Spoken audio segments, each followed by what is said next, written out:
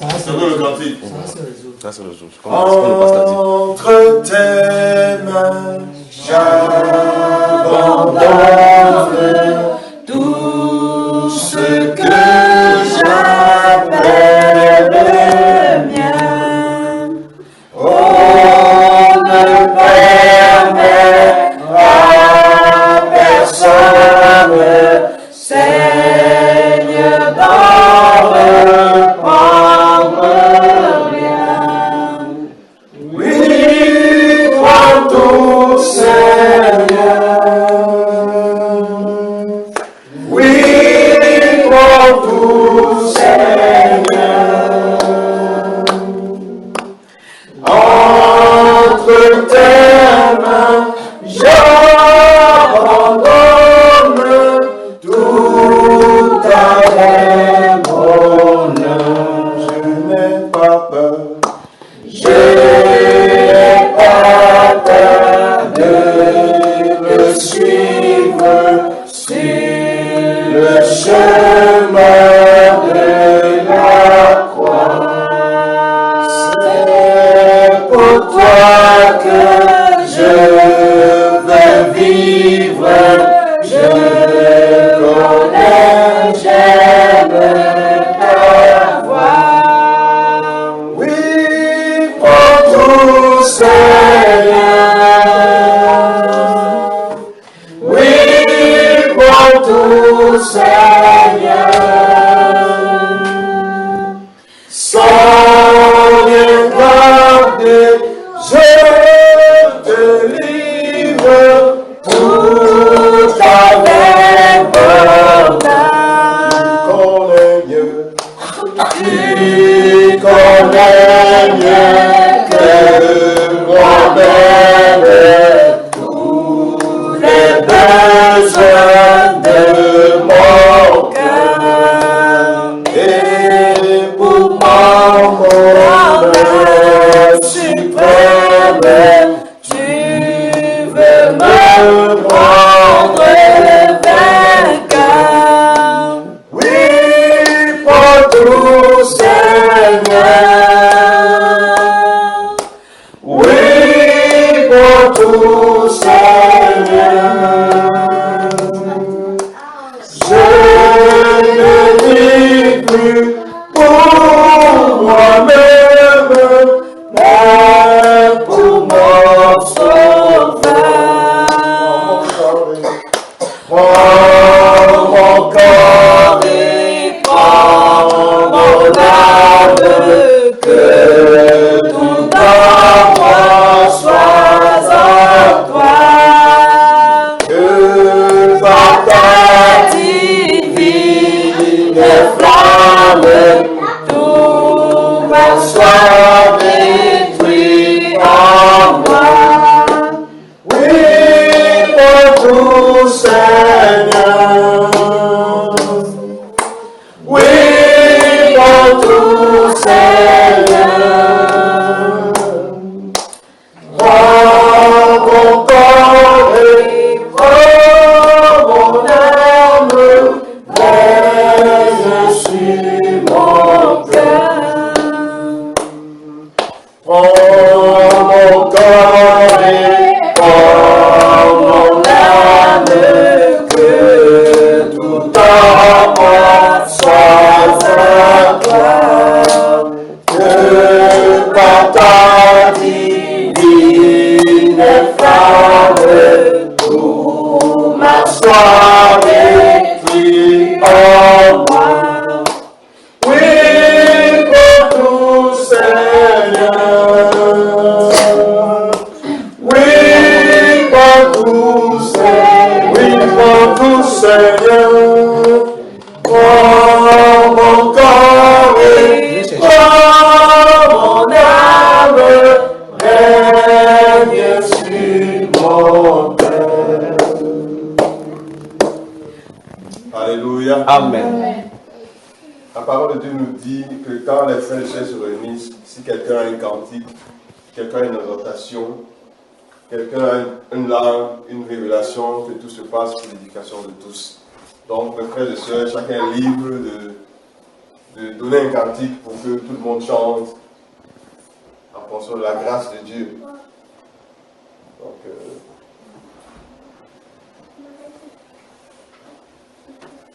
personne ne donne un cantique 249.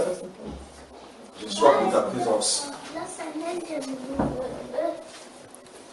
De toute façon que nous sommes dans la présence de Dieu. La parole de Dieu nous dit que quand tu vas dans la maison de Dieu, ça c'était l'Ancien Testament, mais nous savons que nous sommes dans la maison de Dieu, mais l'attitude que nous devons avoir, c'est que nous devons nous approcher pour écouter. Nous approcher pour écouter parce que Dieu nous parle tantôt d'une manière, tantôt d'une autre. Et nous devons disposer nos cœurs afin de recevoir ce qu'il a prévu pour nous. Amen. Amen. Nous avons soif de sa présence. Je crois que chacun de nous a soif de la présence de Dieu ce matin. Donc nous allons chanter ce cantique. J'ai soif de ta présence, divin chef de ma foi. Dans ma faiblesse immense, je sans toi. Chaque jour, chaque heure, oh, j'ai besoin de toi. Viens Jésus et demeure auprès de moi. Les ennemis dans l'ombre, autour de moi, accablé par le nombre, que ferais-je sans toi? Chaque jour, à chaque heure, oh, j'ai besoin de toi. Viens Jésus et demeure auprès de moi. Pendant les jours d'orage, l'obscurité des fois, quand faiblit mon courage, que ferais-je sans toi? Chaque jour, à chaque heure, oh, j'ai besoin de toi. Viens Jésus et demeure auprès de moi. Jésus, ta présence. Oh Jésus, ta présence, c'est la vie et la paix. La paix dans la souffrance et la vie à jamais. Chaque jour, à chaque heure, oh, j'ai besoin de toi. Viens Jésus et demeure auprès de moi. Oh Jésus, ta présence, c'est la vie et la paix. La paix dans la souffrance et la vie à jamais. Chaque jour, à chaque heure, oh, j'ai besoin de toi. Viens Jésus et demeure auprès de moi. La parole de Dieu nous dit que Jésus dit, je suis le cep, vous avez les serments, vous pouvez rien sans moi. Nous voyons à travers ce cantique que la vie et la paix, c'est Jésus qui donne. La paix, il ne la donne pas comme le monde nous la donne. Parce que parfois dans le monde, on croit que quand on a des richesses, on croit qu'on a une belle maison, on croit qu'on a une belle voiture, un bon travail. On croit que c'est ça la paix. Mais la paix de Dieu, il nous donne, c'est que notre cœur ne se trouble point. Donc quand on a la paix de Dieu, on a tout ce qu'on désire. On peut servir Dieu dans la paix, on peut servir Dieu dans la joie. Il a dit, vous ne pouvez rien sans moi. Dans cette paix-là, nous ne pouvons pas la chercher en dehors de Jésus-Christ. Il n'y a qu'en Jésus que nous pouvons la chercher. C'est pour ça que quand je dis qu'il est bon pour les frères de se réunir, c'est là où Dieu déverse la vie, la bénédiction. Donc c'est dans la présence de Dieu que vous pouvez recevoir ces choses. Et ce matin, nous croyons que nous sommes dans la présence de Dieu. Parce qu'il a dit, là où 2 ou 3 sont assemblés, je suis au milieu. Et cette parole, c'est la vérité. Et ce matin, il peut faire des choses merveilleuses dans ta vie. Il peut te donner une direction. Il peut transformer ton intelligence. Là où ce que tu n'arrivais pas à faire, il peut le faire ce matin. C'est pour ça que chacun d'entre nous, j'aimerais que ce matin, que chacun d'entre nous entre dedans de lui pour se donner à Dieu, à ce Dieu-là. Pour se dire, Seigneur, j'ai besoin de ta présence. Ce matin, je veux plus être comme j'étais avant, mais je veux marcher dans la voie de la perfection. Je ne veux pas le dire seulement pour le dire, mais je veux que ce soit réel dans ma vie. Que cette parole qui est la lettre vienne habiter en moi, afin que je puisse ressentir cette paix que toi seul tu peux donner. Donc nous allons prier au nom de Jésus-Christ. Éternel notre Dieu, ce matin, nous sommes devant ta présence. Nous sommes là parce que nous avons besoin de toi. Nous sommes là parce que nous ne pouvons rien sans toi. Ce matin, Père, nous nous donnons à toi entièrement. Car tu es le cep, nous sommes le sarment. Tu as dit que sans toi, nous ne pouvons pas porter de fruits. Et nous savons que nous ne pouvons pas porter de fruits. Et c'est pour ça que nous appelons à ta grâce ce matin. Père éternel, tu as dit que la vie est dans ta parole. Ce matin, nous voulons recevoir cette vie. Ce matin, nous voulons être transformés, Seigneur, dans notre intelligence, Seigneur. Là où, Père, nous avons eu des difficultés, ce matin, nous voulons que toi, tu disposes, Seigneur, l'onction nécessaire, que tu disposes la grâce nécessaire pour nous transformer. Père, ce matin, Seigneur, nous voulons être changés, Seigneur. Nous voulons plus marcher, Seigneur, dans les mêmes choses, tomber dans les mêmes erreurs. Mais ce matin, Seigneur, nous voulons que ta présence, Seigneur, vienne faire quelque chose de nouveau pour nous. C'est pour ça que nous nous remettons à toi, Seigneur, afin que tu accomplisses ta volonté, Seigneur. Afin que tu agisses, Seigneur, chacun de nous ce matin. Père, oh Père éternel, c'est toi qui es Dieu, c'est toi qui règnes. Que tu agisses en chacun d'entre nous. La parole de Dieu nous dit dans la Bible de Matthieu, venez à moi, vous tous qui êtes fatigués et chargés, et vous donnerez du repos. Ton fardeau, tu ne peux pas le porter toi-même. Tu dois le donner à Jésus. Ne le donne pas le bout de tes lèvres, mais donne ce fardeau à Jésus. Et ce matin, tu peux dire à Dieu, Seigneur, ce fardeau-là, je ne peux pas le gérer, mais je te le donne. Prends-le ce matin. Prie au nom de Jésus-Christ. Seigneur Père, tu connais les fardeaux de nos cœurs. Tu connais les peines de nos cœurs, Seigneur. Et ce matin, Seigneur, nous voulons que tu agisses. Tu agisses, Seigneur. Que ce fardeau qui est en chacun d'entre nous, ce fardeau qui est caché, Père, qui nous mène la vicissitude, au point où nous ne pouvons pas te servir dans la liberté, au point où nous ne pouvons pas te servir, Seigneur. Ce matin, prends ce fardeau, Seigneur. Comme nous avons chanté ce matin, prends notre corps et prends notre âme. Prends notre corps et prends notre âme, Seigneur. Oh Jésus-Christ, ce matin, Seigneur, nous avons besoin de toi. Nous avons besoin que tu agisses en chacun d'entre nous, Seigneur. Pour que ton nom encore soit pur. Pour que ton nom soit encore sanctifié. Oh, Seigneur, nous avons besoin de toi. Nous avons besoin de ta présence. Alléluia. Alléluia. La parole de Dieu nous dit que nous devons veiller à ce que personne ne se prive de la grâce de Dieu.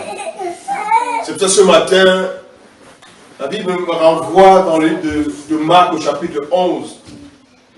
La parole nous dit que quand tu es debout en prière et que tu te souviens que tu as quelque chose contre quelqu'un, pardonne.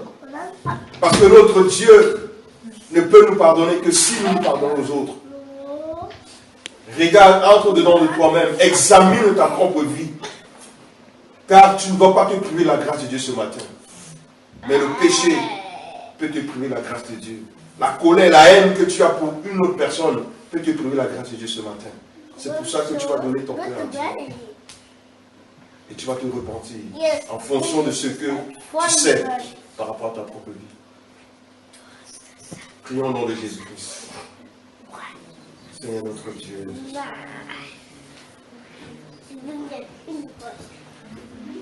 Agis dans notre cœur.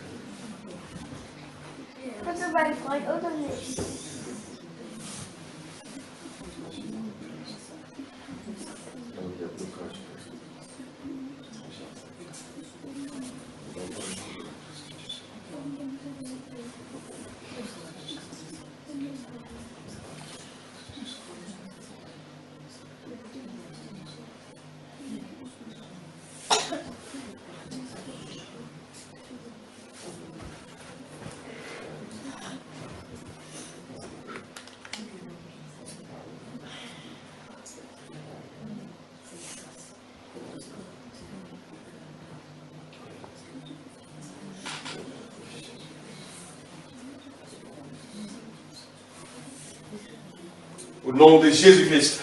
Amen. Amen. Le nom de Jésus-Christ. Levons-nous, on va chanter. Levons-nous. Le numéro 8. Non. Jésus est.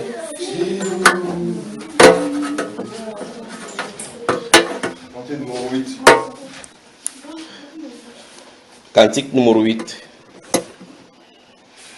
Que Dieu vous bénisse, que Dieu vous bénisse, que Dieu vous bénisse. Le nom de Jésus est si doux que Dieu désormais nous courons.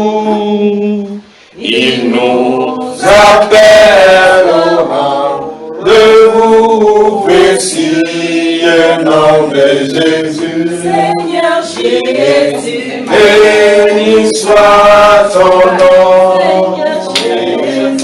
Oh, merveilleux nom, suprême rançon, sois adoré pour toujours.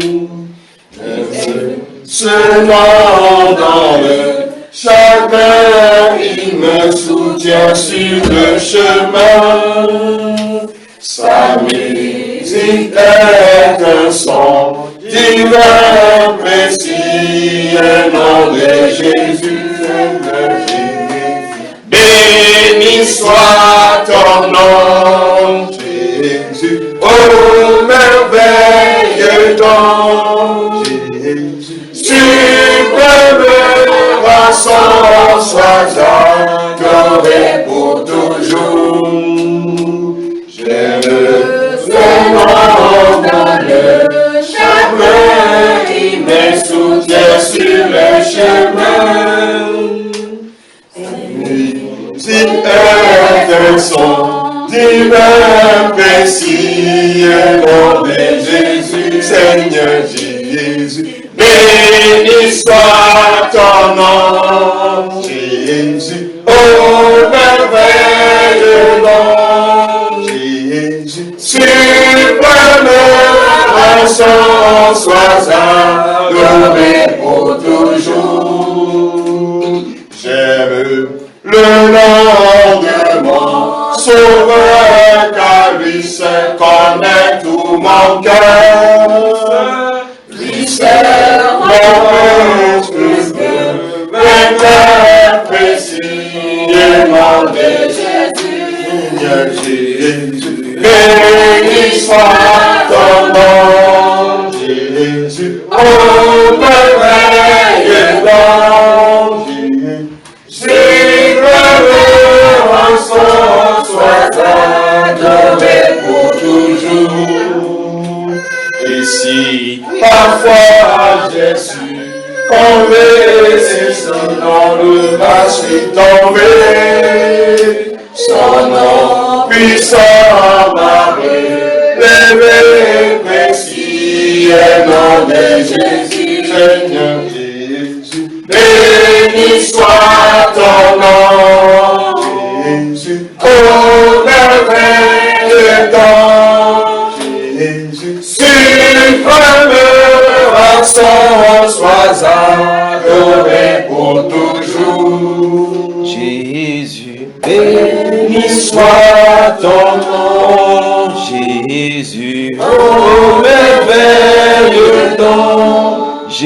Jésus, suprême, ton sang soit adoré pour toujours. Père, nous te sommes reconnaissants pour cette grâce que tu nous donnes de prononcer ce nom merveilleux, ce nom glorieux, ce nom puissant, ce nom magnifique, le nom que tu as donné sous le soleil, par lequel nous devons tous être sauvés. Merci pour ce nom précieux que tu nous as donné, cette âme précieuse que tu nous as donnée, Père de gloire, pour nous rendre, au Dieu de gloire, capable de faire tout ce que tu veux pour nous. Merci, Père de gloire, pour cet accès. Merci pour cette grâce et pour cette faveur que tu as fait pour nous, les simples mortels. Que ton nom seul soit élevé. Au nom du Seigneur Jésus-Christ. Amen. Amen. Veuillez encore maintenant vous saluer les uns les unes les autres. Veuillez vous saluer maintenant. Tu dis un bonjour chaleureux à ton frère. Que bienvenue à Ramsheim. Bienvenue à Ramsheim. C'est Ramsheim. C'est ça? Ramsheim. C'est Ramsheim, c'est ça? Ramsheim. Dis Guten Tag. Vous allez vous moquer de moi maintenant que c'est moi que vous enseigne l'allemand. Guten Tag. Guten Tag. Madame Chadda, tu dis Guten Tag. Il faut bien dire Guten Tag. C'est pour ça que ça prononce. C'est ça, non, ma soeur? Guten Tag.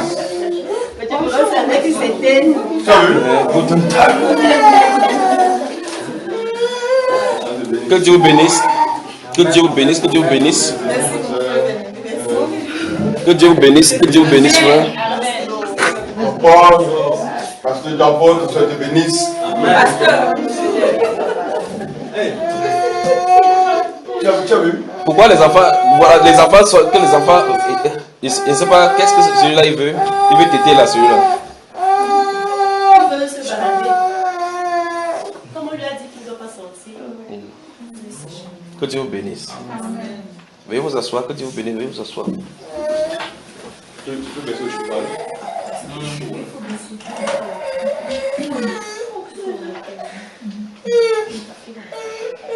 Donc merci pour l'accueil que vous nous avez fait à Ramsheim. Ronheim. Que Dieu vous bénisse. Que Dieu vous bénisse. J'essaie au moins ici qu'on ne coupe pas la lumière. Donc nous sommes sûrs que nous pouvons travailler sans qu'on ne coupe la lumière. Chez nous au Cameroun, chaque fois on travaille, vous voyez, on dit jusqu'à l'obscurité, on peut faire autrement. Donc on ne peut pas faire autrement. Mais ici on a le temps de bien travailler. Sortons dans les Bibles, on va voir ce que le Seigneur a pour nous. Donc que Dieu vraiment vous bénisse, et que vous recevez ce qu'il a prévu pour vous. Je crois que ce n'est que l'avant-goût. Quand on va voyager en faisant le tour en France, Suisse, Pays-Bas, on va rentrer maintenant des plus belles, on va travailler. Je vais voir, ils sont allés chercher pour voir là où les fruits là se trouvent que le Seigneur nous a donné. Pour voir les personnes à qui c'est destiné. Ces choses-là que Dieu a prévues. C'est quoi ma soeur?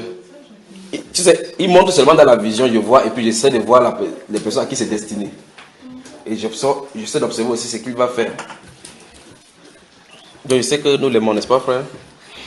Donc que Dieu vous bénisse, que Dieu vous bénisse. Quand vous serez prêts, on va commencer.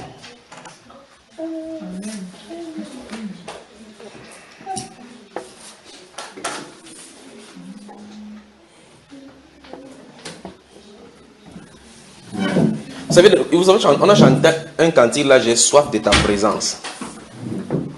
J'ai soif de ta présence. S'il y a un moment où l'église a vraiment soif de la présence du Seigneur Jésus, c'est vraiment maintenant. Nous avons vraiment soif de la présence du Seigneur Jésus.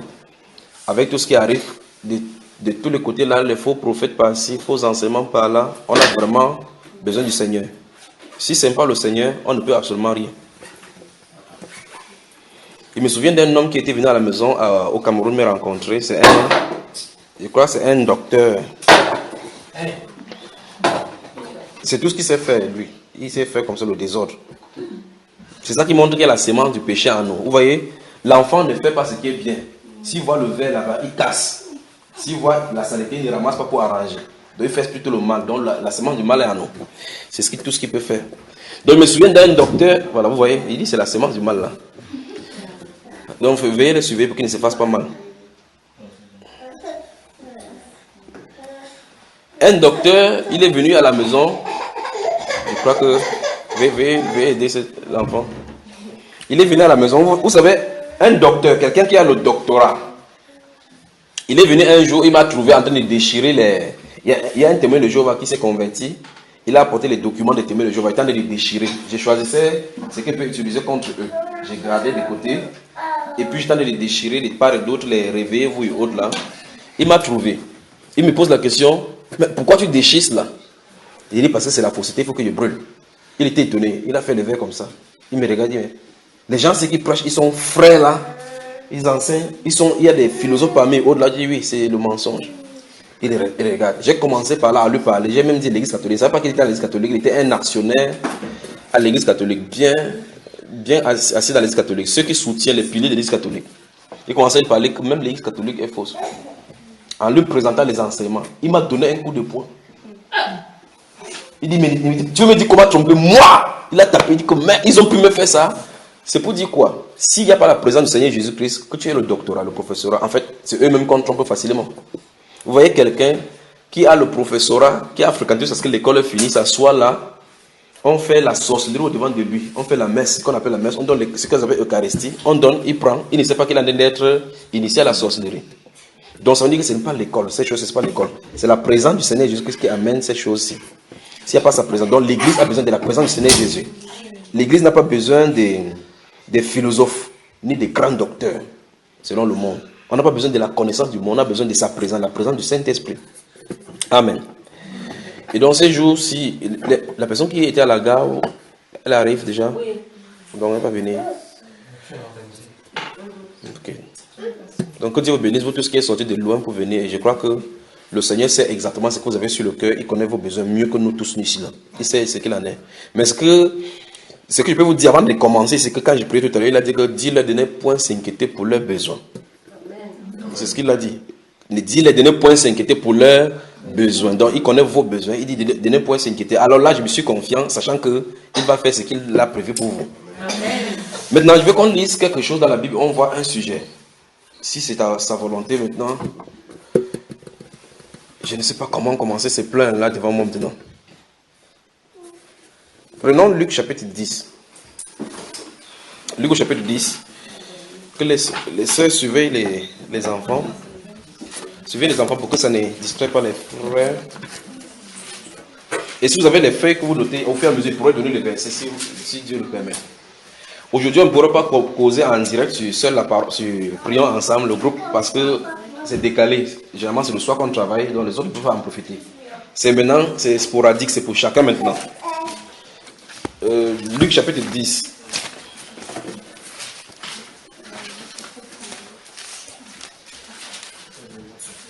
Luc chapitre 10.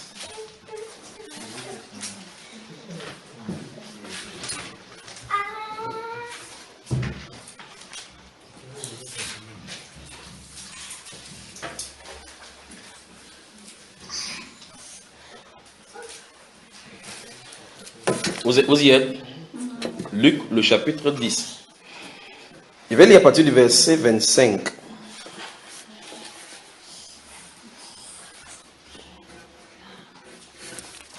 Luc, chapitre 10, à partir du verset 25.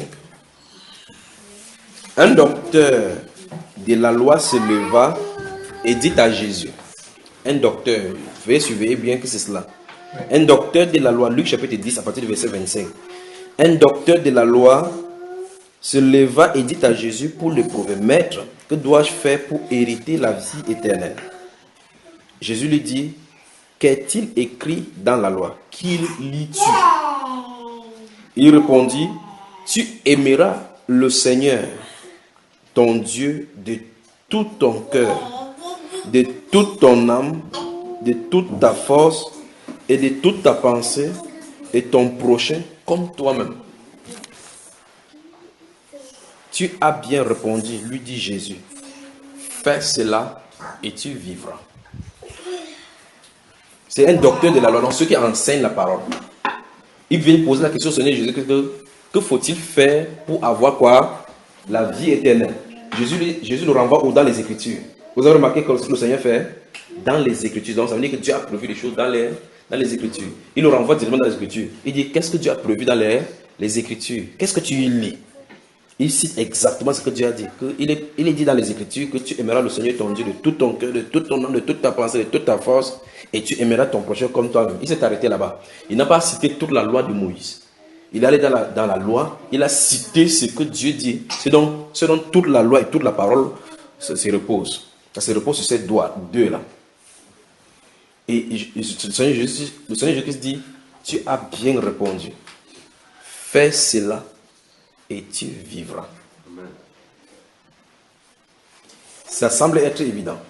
Mais je crois que dans le développement tout à l'heure, on va remarquer très bien qu'en réalité, ce n'est pas aussi évident que l'on ne pense.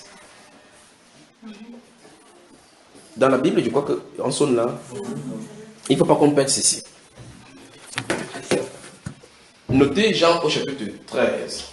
Ce sont les passages qu'on va lire tout à l'heure. Jean au chapitre 13. Si vous avez le noter.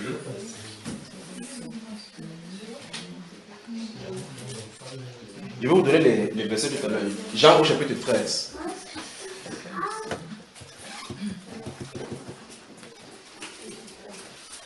Au fur et à mesure, quand on va développer, les passages viendront. Notez Romains au chapitre 13 également. Je vais vous donner les versets correspondants lorsqu'on va y aller. Puisse le Seigneur nous donner vraiment le sujet ce soir. Gardez toujours ceci à l'esprit. Fais cela et tu vivras. Fais cela et tu vivras. Donc j'ai dit Jean chapitre 13. Romains chapitre 13, vous l'avez noté également. On va y revenir, n'ouvrez pas, notez tout simplement, on va travailler tout à l'heure là. Notez 1 Corinthiens chapitre 12 et chapitre 13. On va expliquer toutes ces choses-là, on aura de bons moments. Je crois qu'ici dans cette maison, si on prêche, il fait nuit, il n'y a pas de monde. J'aime quand il prêche, je ne vois pas de monde, parce que quand je prêche, je vois la monde devant moi, ça me persécute. Vous voyez, quand vous êtes obligé de regarder que ça fait 1 heure, je suis là, ça fait 2 heures, les gens. Donc quand il n'y a pas de monde comme ça, le climat est bien, on peut prêcher. Comment toi tu viens de regarder la montre derrière moi, mon frère? Non mais ça ne fonctionne, ça ne fonctionne pas. Donc ça veut dire qu'on peut bien partager la parole. J'aime les moments pour partager la parole parce qu'en réalité c'est les grands moments où les mystères du royaume sont délivrés et où même les anges sont prêts à écouter ce qu'on va prêcher. Pensez-y. Pensez-y que lorsque les prédicateurs sont envoyés sur la terre, lorsqu'ils ouvrent la bouche pour parler, il y a l'attention du ciel sur la terre. Pensez-y. La Bible déclare que donc même les anges désirent plonger leur regard. Les anges. Dans Romains chapitre 13, 1 Corinthiens 12 et 13. Jean chapitre 13, vous y êtes. Notez Jean chapitre 15, les versets 13 à 16. Notez cela.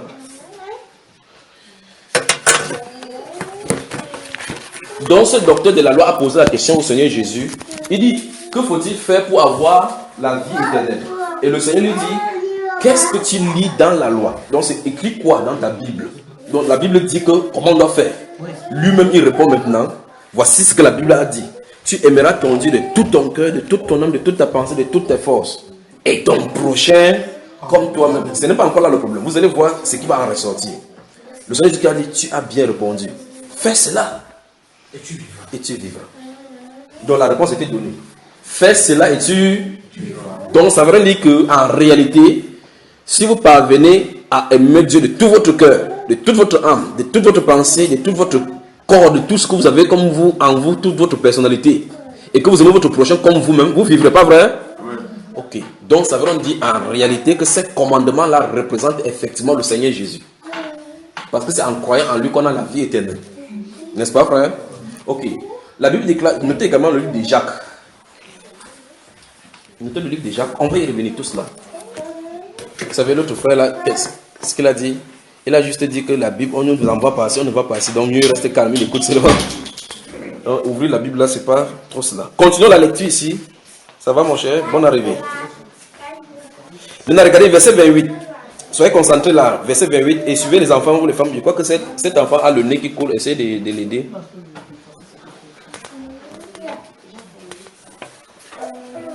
Et merci pour vous qui avez amené les enfants pour que ces semences entrent en eux. Parce que le continent où vous vivez, ce n'est pas facile. Si ces enfants, vous ne les injectez pas la semence de la parole dès la naissance, vous allez voir comment les blanches, avec leurs enfants, ils ne peuvent pas taper sur les enfants parce qu'on va les mettre en prison. On ne peut pas dire corrigez votre enfant. Ne faites pas cela. Vous allez rendre compte au Seigneur. 28 maintenant. Tu as bien répondu, lui dit Jésus. Fais cela et tu vivras. Maintenant, écoutez très attentivement. Mais lui, voulant se justifier, dit à Jésus, et qui est mon prochain? C'est sur ça qu'on va épiloguer maintenant. Il pose maintenant la question au Seigneur Jésus-Christ, qui est mon prochain? Il a d'abord posé la question au Seigneur Jésus-Christ, que faut-il faire pour avoir la vie éternelle? Le Seigneur lui dit que la vie éternelle, ça se trouve confiné. La réponse se trouve confinée dans la Bible. Qu'est-ce que tu lis? Il dit, c'est deux volets normalement. Donc on doit aimer Dieu de tout notre cœur, de tout ce que nous avons. Et puis on doit aimer notre prochain. C'est lui qui a dit à Jésus que c'est écrit dans la Bible comme ça. Jésus lui dit, ok, fais cela et tu vivras. Donc normalement, aimer son prochain devait être accessible. Il devait connaître cela en tant que le docteur. Mais maintenant, il continue à poser la question à Jésus, ok, mon prochain là vraiment c'est qui? Il faut que Jésus lui réponde à cette question-là. Mais là, le Saint-Esprit nous explique quelque chose. On dit qu'il voulait se justifier. Pourtant, il a la réponse claire qu'il faut pratiquer ça pour avoir la vie éternelle. Mais il veut trouver des tournures. Il veut trouver des justificatifs pour essayer d'éliminer certaines personnes dans son amour.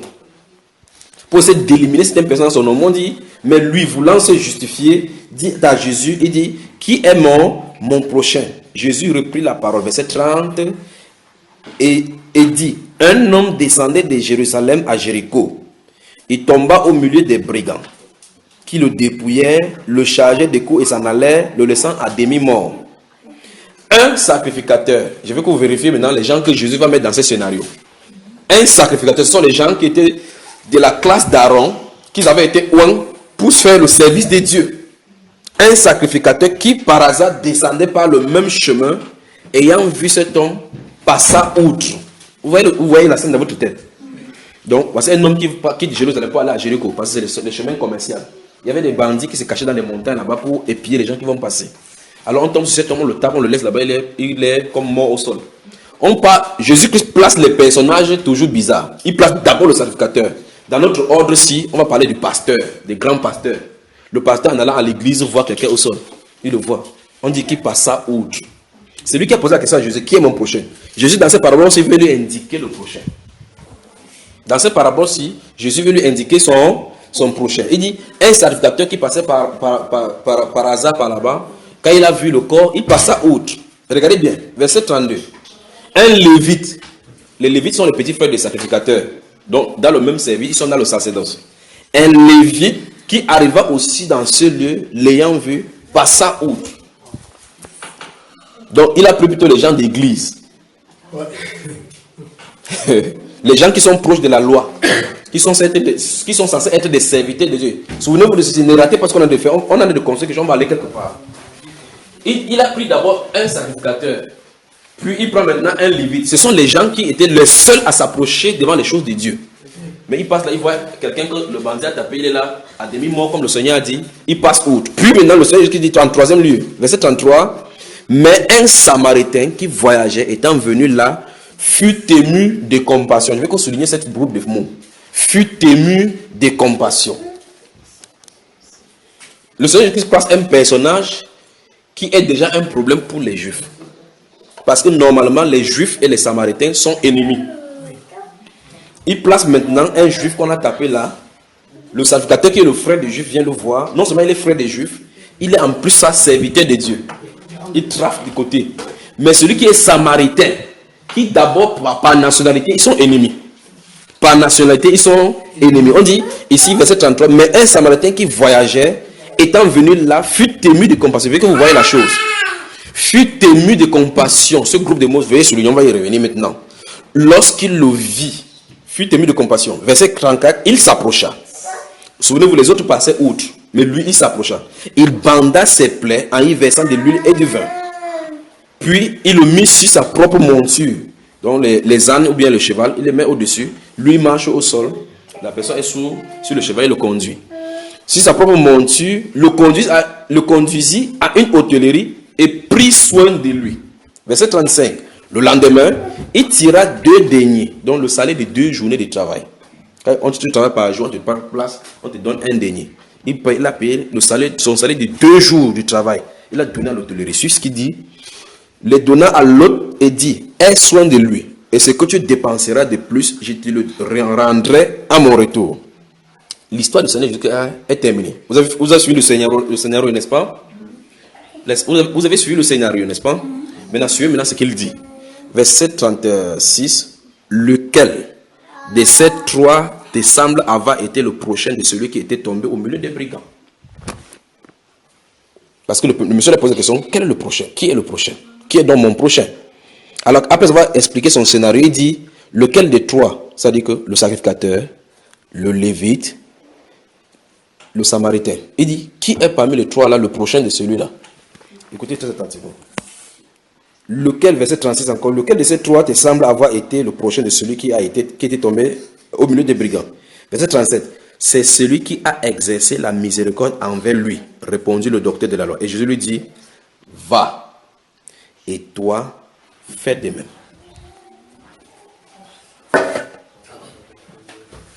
Vous avez vu ce qu'on appelle le prochain? Le prochain n'est pas le membre de ta famille. Ton prochain n'est pas membre d'une même église. Ton prochain n'est pas membre d'une même croyance. Parce que le scénario là montre clairement qu'ils n'avaient rien comme croyance ensemble. C'était un juif et un samaritain. Mais le docteur de la loi, il dit, explique-nous ce qu'on appelle prochain. Si vous allez dans le dictionnaire, on va dire prochain. Vous ne verrez pas cette définition-ci. Voici la définition du ciel du prochain. Vous suivez, frère? J'arrive quelque part. Il dit, lequel te semble avoir été le prochain des trois là, le prochain de celui qui est tombé? Le docteur de la loi a compris que c'était le samaritain qui était son prochain. Il dit, va, et toi, fais de même.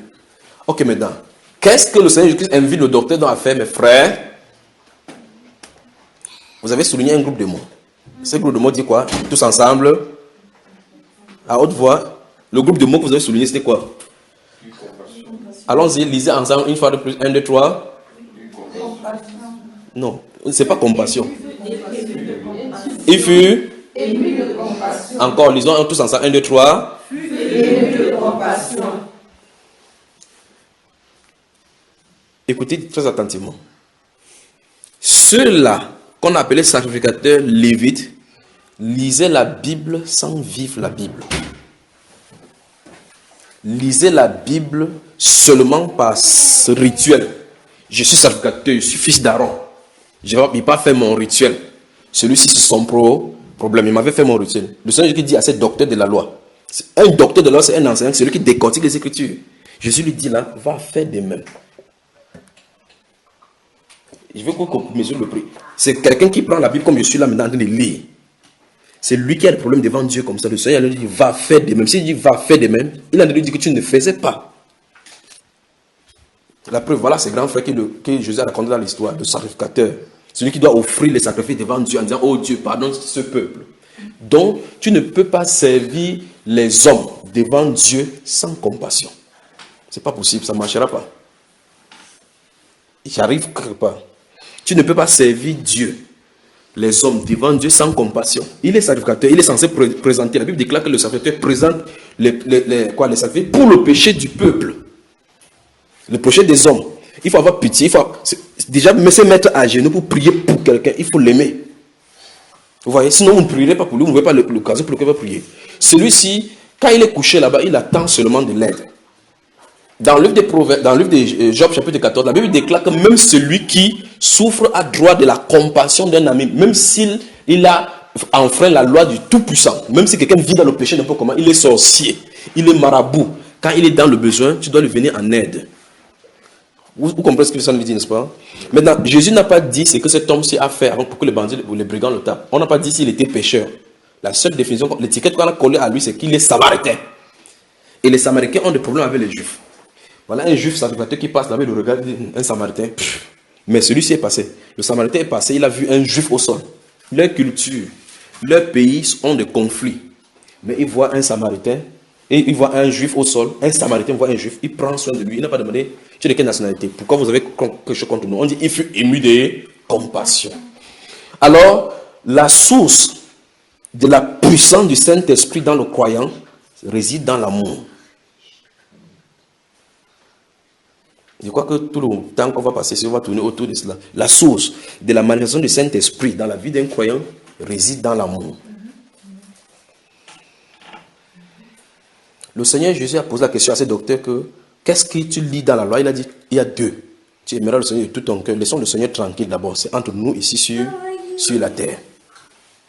Alors ce matin, je vais parler du sujet « Prouvez votre amour ». C'est ça dont je vais parler. Vous devez prouver votre amour.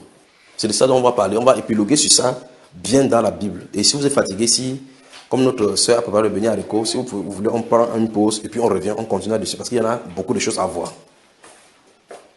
Nous pleurons souvent, nous cherchons la direction du Seigneur, nous ne savons pas ce qui se passe, mais à cause du fait que nous ne vivons pas ce que la Bible dit, on croit peut-être que voici un sacrificateur qui en est allé comme ça à l'église dans leur époque. Quand il va aller comme ça là, regardez, Jésus qui est Dieu a vu la scène. Il vient raconter maintenant la scène. Quand il est allé comme ça, le jour là, quand les hommes vont le voir, on dit, oh, le grand homme de Dieu tel est venu, pas vrai? Le regard qu'on va porter sur la le félicitant que non, voilà un grand serviteur de Dieu. Ce qu'il a fait en route là-bas dans le désert, Dieu a filmé. Voici ce qu'il en est de raconter.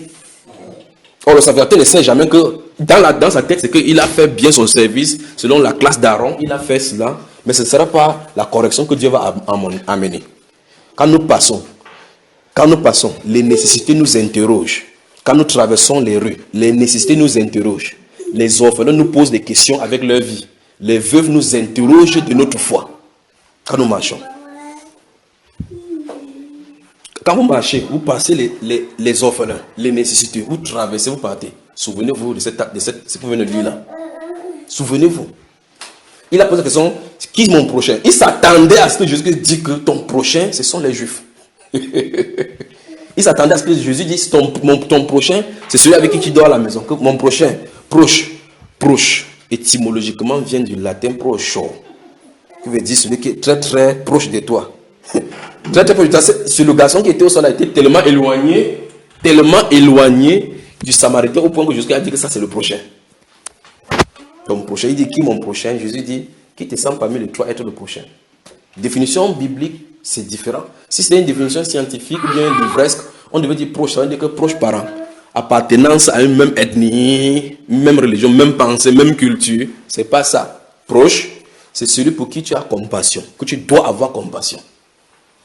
Alors, notre miséricorde doit quitter nos cœurs pour s'exercer sur ceux qui ont besoin de nous. Nous devons prouver notre amour. Et en fait, c'est même la définition basique même de la foi. Il n'y a pas la foi sans amour. Dieu prouve son amour envers nous. En ce que lorsque nous étions encore des pécheurs, Christ est mort pour nous. Donc il a prouvé. Dieu a tant aimé le monde qu'il a donné son Fils unique afin que quiconque croit à la vie éternelle, il a prouvé. Comment donc vivons-nous notre amour? Dans nos rassemblements aujourd'hui, tout ce qu'on se limite à je t'aime ma soeur, je t'aime mon frère.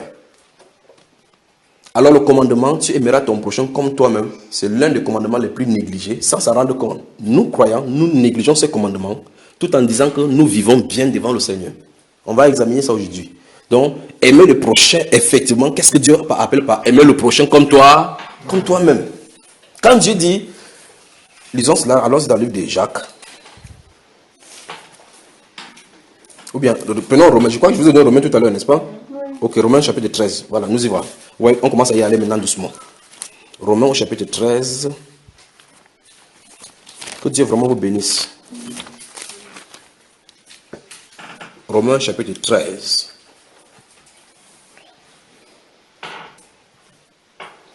Je vais lire verset 7 à 11. Romains chapitre 13, verset 7 à 11. Regardez, la Bible dit, Romains chapitre 13, vous y êtes tout le monde? Romains chapitre 13, verset 7 à 11. Regardez.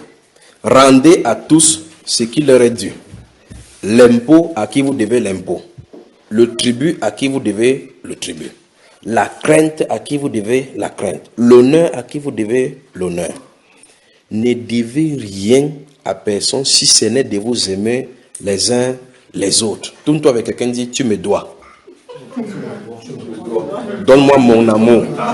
Dis-lui donne-moi mon amour. Dis tu me dois l'amour. C'est la seule dette que la Bible permet. C'est la seule dette. La seule dette que la Bible permet que tu dois avoir, c'est la dette d'amour. On dit ne devez rien à personne. Si ce n'est de vous aimer les uns les autres. Donc je te dois l'amour. Je dois te rembourser l'amour. Je dois payer mes dettes. Je dois me dire. Il dit, ne devez rien à personne si ce n'est de vous aimer les uns les autres. Remarquez bien maintenant, regardez comment le verset finit. On dit, car celui qui aime les autres, c'est ça? Celui qui aime les autres a accompli la loi. C'est merveilleux. Alors je repose la question.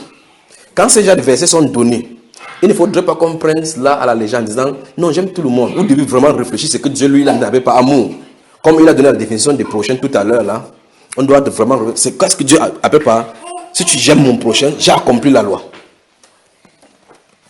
Ça veut dire que si tu aimes normalement, aucun verset biblique ne doit te condamner. C'est ce qu'il a dit. Si vous aimez votre. Remarquez, il dit ils aiment les autres. Ici, on n'a pas touché le cas de Dieu. On dit si celui qui aime les autres a accompli la loi. Donc, d'après la Bible, aucun verset biblique ne t'attrapera plus. Jamais. Parce que Jésus a dit la même chose en disant que fais cela et tu vivras. La question c'est est-ce qu'on a le pouvoir de le faire? Oui. Est-ce que tu as ce pouvoir-là de façon intrinsèque pour aimer? Continuons, regardez. Puis l'apôtre Paul ici continue. Il dit en effet les commandements. Tu ne commettras point d'adultère. Tu ne tueras point. Tu ne déroberas point. Tu ne convoiteras point. Et ce qui peut y être encore. Donc ajoutez ce que vous voulez. Se résume dans cette parole.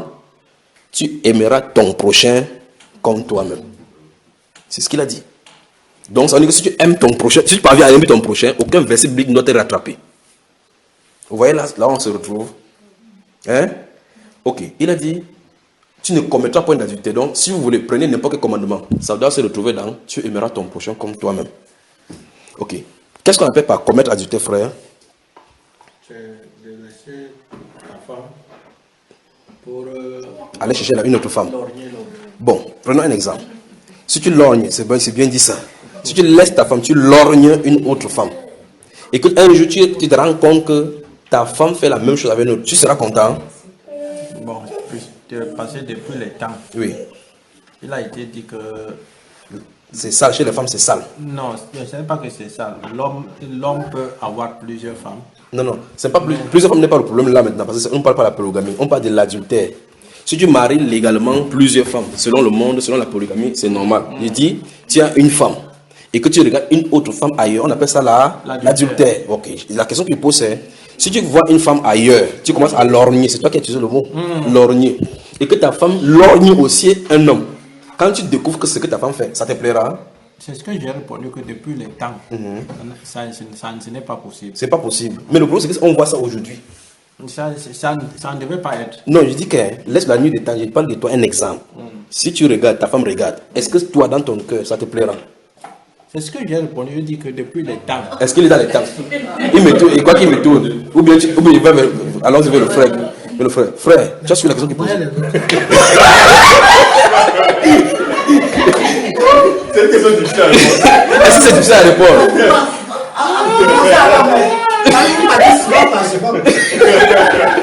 Il pose la question au frère, il dit que voilà, les autres là-bas posent la question aux autres. Bon. Gardez le doigt dans ce livre de Romains chapitre 13. Gardez le doigt parce qu'on n'a pas terminé, d'accord? Parce qu'il dit qu'on lise des versets 7 à 11. Ouvrez maintenant Matthieu chapitre 7. Il dit on va y revenir là maintenant. Ouvrez Matthieu chapitre 7. C'est très fort comme frère Olivier.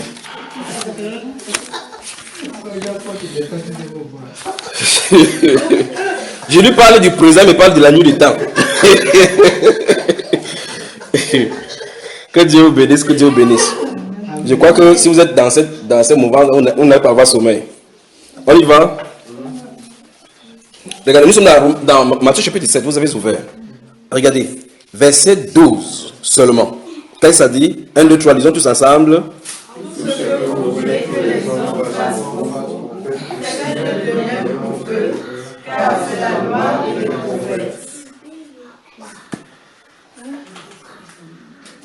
Tout ce que vous voulez que les hommes fassent pour vous, faites-le de même pour eux. En faisant ça, c'est ce que la loi et les prophètes veulent même dire. C'est ce qu'il a dit. Tout ce que vous voulez que les hommes fassent pour vous, Fais-le de même. En fait, ne fais pas autre chose que tu ne voulais pas qu'on te fasse. Donc, ce que la Bible vient de dire dans ce verset 12-ci, c'est tu aimeras ton prochain comme toi-même. Parce qu'il dit encore là que ça, c'est la loi et les prophètes. Donc, il dit, la loi et les prophètes parlent exactement de ces choses-là. Tout ce que vous voulez que les hommes fassent pour vous, fasse-le de même pour eux. Donc, si je veux commettre l'adultère, il faut que j'aime aussi qu'on commette l'adultère à mon égard. Donc, sache que si tu aimes faire cela, sache qu'on va te faire la même chose. En réalité, c'est quoi le problème? Le problème, c'est que comme tu es jaloux et que tu n'aimerais pas qu'on te fasse ces choses, c'est pour ça que vous voyez qu'un bandit, quand on vole le bandit, il est fâché. Il dit comment on peut me voler comme ça. Pourtant, lui, il vole. Il sait que c'est que le vol. Alors, lorsque tu commets adultère, on commet adultère à ton égard, tu te fâches. Pourquoi tu dois te fâcher? Pourtant, tu fais la même chose. Donc, la même souffrance que la personne souffre quand tu le fais, cette souffrance que tu as de subir. Maintenant, ça, c'est la personne qui est à côté de toi. Ça, c'est la personne qui est à côté de toi. Maintenant, tu peux tromper, par exemple, la femme de quelqu'un. Tu couches avec la femme de quelqu'un. Qu'est-ce que cet homme-là peut ressentir lorsqu'il va savoir que sa femme l'a trompé avec toi? Vous voyez cela, n'est-ce pas? C'est que cet homme, il dit l'homme, pas la femme maintenant. L'homme avec qui je parle parce qu'on a parlé de l'adultère dans Romains chapitre 13 là. On a dit que, en effet, tous les commandements, tu ne commettras point d'adultère, tu ne déroberas point, tu ne convoiteras point, et tous les autres qui puissent y exister se résument dans un seul commandement: tu aimeras ton prochain comme toi-même. Je suis en train de vouloir étudier pourquoi on voit comment c'est contenu là-dedans. Parce que si j'aime mon prochain, je ne dois pas lui faire du mal. On ne peut pas aimer quelqu'un en même temps en lui faisant du mal. Vous voyez cela, n'est-ce pas? Je ne peux pas aimer quelqu'un, il garde sa chose, je prends sa chose. Ça veut dire que je ne l'aime pas. Donc en réalité, nous confessons l'amour de nos lèvres et nous ne vivons pas l'amour en action. D'où la nécessité de prouver notre amour. Nous devons prouver notre amour. Ici dans Matthieu chapitre 7 verset 12, il dit que tout ce que vous voudrez que les hommes fassent pour vous, faites-le de même pour eux. Il dit car c'est la loi et les prophètes. Ça veut dire que ce verset-ci veut dire tu aimeras ton prochain comme toi-même. Alors donc comment aimer donc le prochain comme toi-même? Il faut prouver que tu l'aimes. Il faut d'abord que le cœur soit dans la disposition de la miséricorde. Sans ça dans le cœur, tu ne peux pas passer. C'est ça qui a fait défaut aux deux premiers, le sacrificateur puis le lévite. Quand il a vu l'homme souffrant, il n'a pas compris que lui-même peut être un jour dans cette cible de souffrance. Et par conséquent, il a cru que la souffrance, c'est l'autre. Comme il est sacrificateur, comme il se porte bien maintenant, il ne sait pas que demain, il peut se trouver dans ces conditions-là. Et par conséquent, il n'a pas compassion. C'est pas ce que c'est. Demain, si ça était couché, les gens passent, on va dire que vous me faites ça, à moi, vous me faites ça. Il ne sait pas qu'il avait fait cela. Demain, son enfant sera couché, il va appeler les gens au secours, les gens viendront pas. Il ne saura pas que c'est parce qu'il a eu à faire quelque chose comme ça. Ça ne doit même pas lui passer par l'esprit. Amen. Notez Hébreux chapitre 6. On va revenir, et puis vous revenez, notez Hébreux chapitre 6, puis vous revenez dans Romains chapitre 13, qu'on n'a pas fini. Donc l'apôtre Paul nous dit dans ce Romains chapitre 13 que ne devez rien à personne si ce n'est de vous aimer les uns les autres. Donc la seule dette que Dieu permet et qui permettra toujours, c'est la dette de l'amour. Nous devons nous aimer les uns les autres. Nous devons nous aimer les uns les autres. Il dit car celui qui aime les autres a accompli la loi. La question c'est est-ce que nous nous aimons les uns les autres? Vous avez noté Hébreux chapitre 6. Donc rentrons dans Romains, finissons dans ce que Romains dit. Romains chapitre 13. Il y avait dit le verset 7 à 11. Donc nous avons lu jusqu'au verset 9. Verset 10 maintenant et 11. L'amour ne fait... Vous y êtes, tout le monde y est? L'amour ne fait point de mal au prochain. L'amour est donc l'accomplissement de la loi. Alors, je veux que tu te tournes vraiment vers ton frère. Tu lui poses la question, comment manifestes-tu l'amour? En fait, j'arrive quelque part, je vais arriver pour que vous voyez pourquoi le Seigneur veut que nous parlions de ce thème-ci là maintenant. Je dis, on est plus à... Pour d'autres encore, c'est même plus difficile de dire je t'aime. Même ce qui est faux, c'est difficile de dire. Même quand c'est faux dans le cœur, c'est quand même difficile de dire je t'aime. C'est même mieux de faire comme ça parce que il faut que ce qui sort de la bouche et qui sort sur la cœur soit synchronique. Il faut que ça soit vrai. Ne dis pas à quelqu'un je t'aime alors que tu ne le fais pas. Si ça ne se trouve pas dans le cœur, ne le dites pas. Parce que vous faites comme ça, la Bible vous appelle hypocrite. Ne faites pas cela. On ne doit pas faire l'hypocrisie. Maintenant, la Bible déclare ici que l'amour ne fait point de mal au prochain. Alors maintenant, j'aime le prochain, je lui dis des mensonges. Vous voyez un chrétien qui ment à un autre chrétien. Après, on dit, dis à ton voisin que je t'aime. Il dit, je t'aime mon frère. Et il vient de mentir. La Bible dit, l'amour ne fait point de mal au prochain. Quand tu mens à quelqu'un, tu lui as fait du mal. 2 minutes après, tu lui dis je t'aime. Vous voyez que ça ne va pas, n'est-ce pas, frère? Il dit l'amour donc est l'accomplissement de la loi. Puis il conclut verset 11 là-bas. Cela importe. C'est le point même ici. Cela importe d'autant plus que vous savez en quel temps nous vivons. C'est l'heure de vous réveiller. Au nom du Seigneur Jésus-Christ de Nazareth, il faut qu'on se réveille pour nous aimer comme la Bible le dit. Il dit cela importe. Donc vous avez intérêt. Pourquoi le Seigneur amène ceci? Parce qu'il a prévu dans la Bible, je crois que celui-ci bouge beaucoup. Dieu a prévu dans son plan, enfin, il a dit cela dans la Bible. Notez Matthieu chapitre 24, le verset 11 à 13. Notez Matthieu 24, le verset 11 à 13. Il a prévu dans les Écritures qu'il y aura un moment de refroidissement de l'amour. Or, ce moment de refroidissement de l'amour va impliquer beaucoup de choses dans la vie. Le refroidissement de l'amour égale le refroidissement du Saint-Esprit, égale le refroidissement des dons spirituels, égale la non-manifestation de l'Esprit de Dieu. Il ne peut pas se manifester. Vous voyez, prenons un exemple. Que c'est que salvateur est le don de guérison?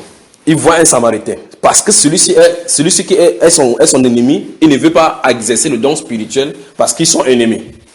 Celui qui est rempli de l'amour et de l'Esprit de Dieu n'a pas d'ennemi charnel. C'est parce que vous saisissez. N'a pas d'ennemi charnel. Il sait que le combat est d'ordre spirituel. Alors tous ceux qui viennent remarquer le Seigneur Jésus lui-même, je veux que vous remarquez le Seigneur Jésus dans son ministère. Les gens à qui il faisait des miracles l'insultaient. Vous avez remarqué? Des gens mangent du pain, après ils posent la question, quel miracle fais-tu pour que nous croyons en toi? Vous voyez ça? Mais ça ne l'empêche pas que si quelqu'un parmi eux est malade, il est guéri. Quelle preuve d'amour. Aujourd'hui, tu te fais la promesse à quelqu'un que je vais te donner telle somme à tel jour. La personne te fait, il dégaine un peu, dit que comme je t'avais dit ça comme ça, c'était terminé, oublie. Ce n'est pas la marque de l'amour, cela. Ce n'est pas la marque de l'amour. Verset 11 encore nous dit, cela importe d'autant plus que vous savez en quel... Je veux que vous compreniez ce que l'apôtre Paul dit. Il dit que vous avez intérêt à vous aimer. Si vous vous aimez véritablement, vous accomplissez la loi. Ça importe pour vous parce que vous savez quel temps nous sommes en train de vivre. Quel temps ils sont en train de vivre? Le temps de refroidissement de l'amour. S'il y a vraiment le temps de refroidissement de l'amour, c'est notre époque-ci. Allons dans ce Matthieu chapitre 24 dont j'ai parlé. Matthieu, c'est le premier livre là, c'est ce qu'ils appellent le Nouveau Testament. Matthieu chapitre 24. Vous avez noté cela, n'est-ce pas? Mon frère, tu m'aimes? Non, je ne le déteste pas. Tu l'aimes? Je ne le déteste pas. Finalement, tu es à quoi alors? Tu l'aimes ou tu le détestes? Non, je ne le déteste pas, donc tu l'aimes. On ne peut pas dire que je l'aime. Tu l'aimes ou tu ne l'aimes pas? Non, je ne le déteste pas. Vous savez, les chrétiens veulent trouver les genres de mots qui se trouveraient entre la haine et l'amour. Il n'y en a pas. Il n'y a pas de mot d'intermédiaire entre l'amour et la haine. Ça ne se trouve pas. Vous avez trouvé le mot? Soit vous détestez quelqu'un, soit vous l'aimez. Et vous ne pouvez pas dire que je t'aime sans que la preuve est là. Parce que la Bible exige les preuves de l'amour. Si vous aimez quelqu'un, vous devez prouver. Vous ne pouvez pas dire par exemple à ton épouse que chérie, je t'aime. Tu veux lui donner la fleur, hibiscus avec les piquants sur ça. Vous donnez les piquants, c'est pour vous faire comment? Ah, les piquants. Là maintenant tu parles bien, tu ne dis pas que de d'antan.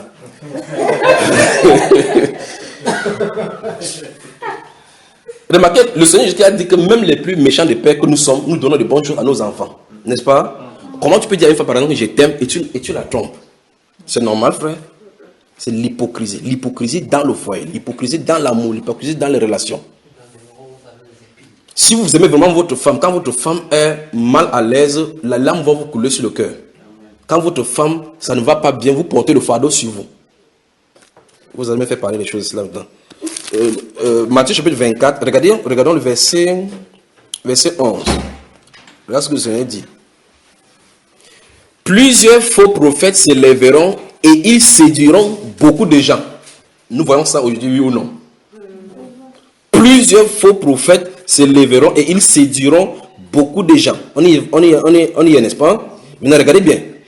Et parce que l'iniquité se sera accrue, l'amour du plus grand nombre se refroidira. Et parce que l'iniquité se sera accrue, l'iniquité, le péché, aura atteint un certain niveau de paroxysme qu'on ne peut pas compter. Il dit, la conséquence c'est que l'amour du plus grand nombre. Donc beaucoup de chrétiens doivent vivre dans le refroidissement de l'amour. Et nous sommes en plein là-dedans. Le vrai problème, c'est que plusieurs chrétiens s'y trouvent sans s'en rendre compte qu'ils sont dans le refroidissement de l'amour. On continue à lire les restes des versets bibliques en citant que Dieu a tant aimé le monde qu'il a donné son fils unique. Ça ne fait pas de ça quelque chose. La manifestation de l'amour, c'est autre chose. C'est pas si vous comprenez. Pourquoi je suis en train de dire ici, particulièrement dans votre pays? Dans le continent européen, mon père a envoyé plusieurs personnes dans le temps pour réveiller ce continent. Il a envoyé Charles Finney, Spurgeon et autres. Ils ont parcouru avec Moody, balayé ce continent, c'est avec le feu de réveil. Après, quand ils sont partis, ils ont construit des murs. Ils ont construit des murs au point où ceux-ci, de ce continent-ci, pensent à l'histoire de leur continent. Ils peuvent penser à l'histoire de leur continent, mais ils ne font jamais mention de tous ces gens-ci qui sont venus pour les réveiller. On croit que la religion vient de l'Afrique maintenant. Ce sont les Africains qui croient à la religion. Que ce sont les choses africaines. Pourtant, c'est dans le continent que le feu a balayé au point où les Africains étaient dans le temps, toujours dans l'état sauvage. C'est plus tard que ça nous a retrouvés. Mon père les a réveillés plusieurs fois. Plusieurs fois avec cette même parole que je suis en train de prêcher. Vous comprenez ce que je suis en train de dire? Alors, si vous rejetez le Seigneur Jésus-Christ, il n'y a pas d'autre choix. Les murs seront construits. Et le vrai problème maintenant, c'est que les chrétiens se trouvent à l'intérieur de ces barrières qui sont construites, au point où ils commencent à construire eux-mêmes les murs à côté de ces murailles. Et les murailles et les forteresses des chrétiens deviennent plus solides que les leurs. C'est ça le plus grave. Ces murailles, c'est que je suis chrétien, mais dans mon coin. Je suis chrétien, mais chez moi. Je suis chrétien, je vis ma vie chrétienne solitaire. Ça ne se trouve pas comme ça. Pointe quelqu'un dans le nez, pointe quelqu'un. Pointe quelqu'un dans le nez. Vous ne pouvez pas pointer, même ça, il y a le mur. Pointe quelqu'un dans le nez. Dis, tu dois prouver ton amour. Si tu es enfant d'amour, tu dois prouver ton amour. Vous n'avez pas le choix. Soit vous restez dans le cool, dans cet amour de refroidissement, soit vous vous réveillez. L'époque de l'Odyssée est censée être soit bouillant, soit tiède. Si vous êtes tiède comme ça, Dieu ne veut pas de période intermédiaire. Je veux que vous compreniez ce que je viens de dire. Ce que je dis, c'est que le système de ce continent a contaminé les chrétiens. Au point où les chrétiens ne se rendent pas compte qu'ils sont dans la contamination. On vit comme ça. On vit dans la méfiance de l'amour. L'amour prudent. Il faut, en donnant ton cœur au frère, fais attention, il peut te blesser. Après, il cite le verset biblique que l'amour ne soupçonne point le mal. Mais lui, il vit, il cite ça en soupçonnant. Il vit ça en soupçonnant. Je veux qu'on change. Vous ne pouvez pas manifester les dons spirituels du Seigneur Jésus sans cet amour dont la Bible s'y parle. C'est ça qui vient. Ça vient d'abord là-bas. Vous, même depuis la naissance, vous avez la compassion pour les gens. Donc vous êtes préparé pour ces dons spirituels. Si vous ne portez pas quelqu'un à cœur, vous ne pouvez pas comprendre. Quand quelqu'un dit, oh mon frère, je souffre, je ne parviens pas à dormir. C'est comme si on vous a frappé un coup de marteau sur votre cœur. Comment mon frère peut ne pas dormir? Il faut que ça change. Vous pouvez le porter devant le Père. Mais si tu dis comme ça, que tu ne dors pas, c'est ton problème. C'est le chrétien d'aujourd'hui. Parce que ça ne l'a pas touché. Si ça te touche, tu vas chercher l'intercession, tu vas envoyer le SMS, même SMS copier-coller à tout le monde. Que prie pour moi, l'heure est grave. Le docteur a dit que je vais passer par l'opération. Là, tu te cherches l'intercession. Or, ce que tu n'as pas fait pour quelqu'un, tu as de vouloir qu'on fasse pour toi. La Bible dit, c'est que tu aimerais que les gens fassent pour toi, fasse-le de même pour eux. Tu intercèdes pour quelqu'un, quand tu seras dans le besoin, Dieu suscite lui-même dans le cœur les gens d'intercéder. Donc, le bloc de l'amour que les chrétiens ont construit autour d'eux, pour dire, je m'aime. Il dit, je t'aime. Il dit, moi aussi. Mais il ne l'aime pas. Vous savez, mon frère? Maintenant, je veux que vous regardiez ces contrastes-là avec la vie chrétienne de la Bible. Vous allez remarquer que c'est la photocopie noir et blanc. Qu'on a photocopié, ça a fait des noirceurs sur ça que nous avons aujourd'hui, que nous appelons christianisme. Le christianisme fondamental biblique est basé sur l'amour. En fait, c'est la marque déposée même du Christ. Parce que Christ est amour. Vous ne pouvez pas dire, j'aime Christ. Enfin, on va voir cela dans la Bible.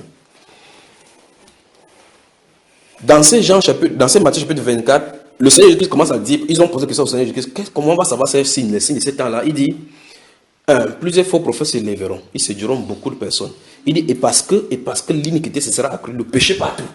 La conséquence, c'est que les chrétiens vont vivre dans la compromission de l'amour. C'est ce qu'il en avait dit. Donc le péché a contaminé les chrétiens au point où leur amour ne se manifeste plus. C'est ce que l'apôtre Paul a dit dans ces Romains 13 que nous avons lu. Il dit que c'est là de temps, c'est là, Romains chapitre 13, nous avons lu là, verset 11.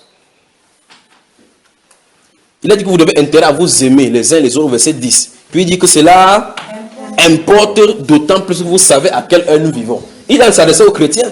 Les chrétiens doivent, il dit que vous savez quelle heure nous sommes de vivre. Donc vous avez intérêt à vivre l'amour parce que vous connaissez quelle heure nous vivons. D'accord, frère? Puis regardez ce qu'il dit.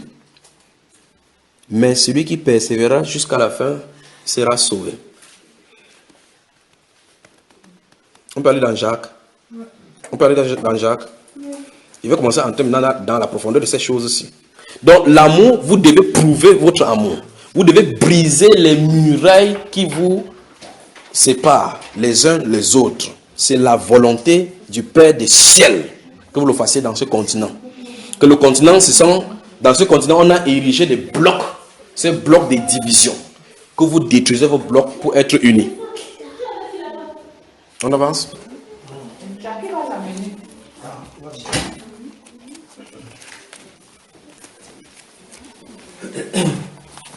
Vous avez ouvert Jacques, n'est-ce pas, frère? Chapitre 2. Notez 1 Jean, chapitre 3 également. On va y aller.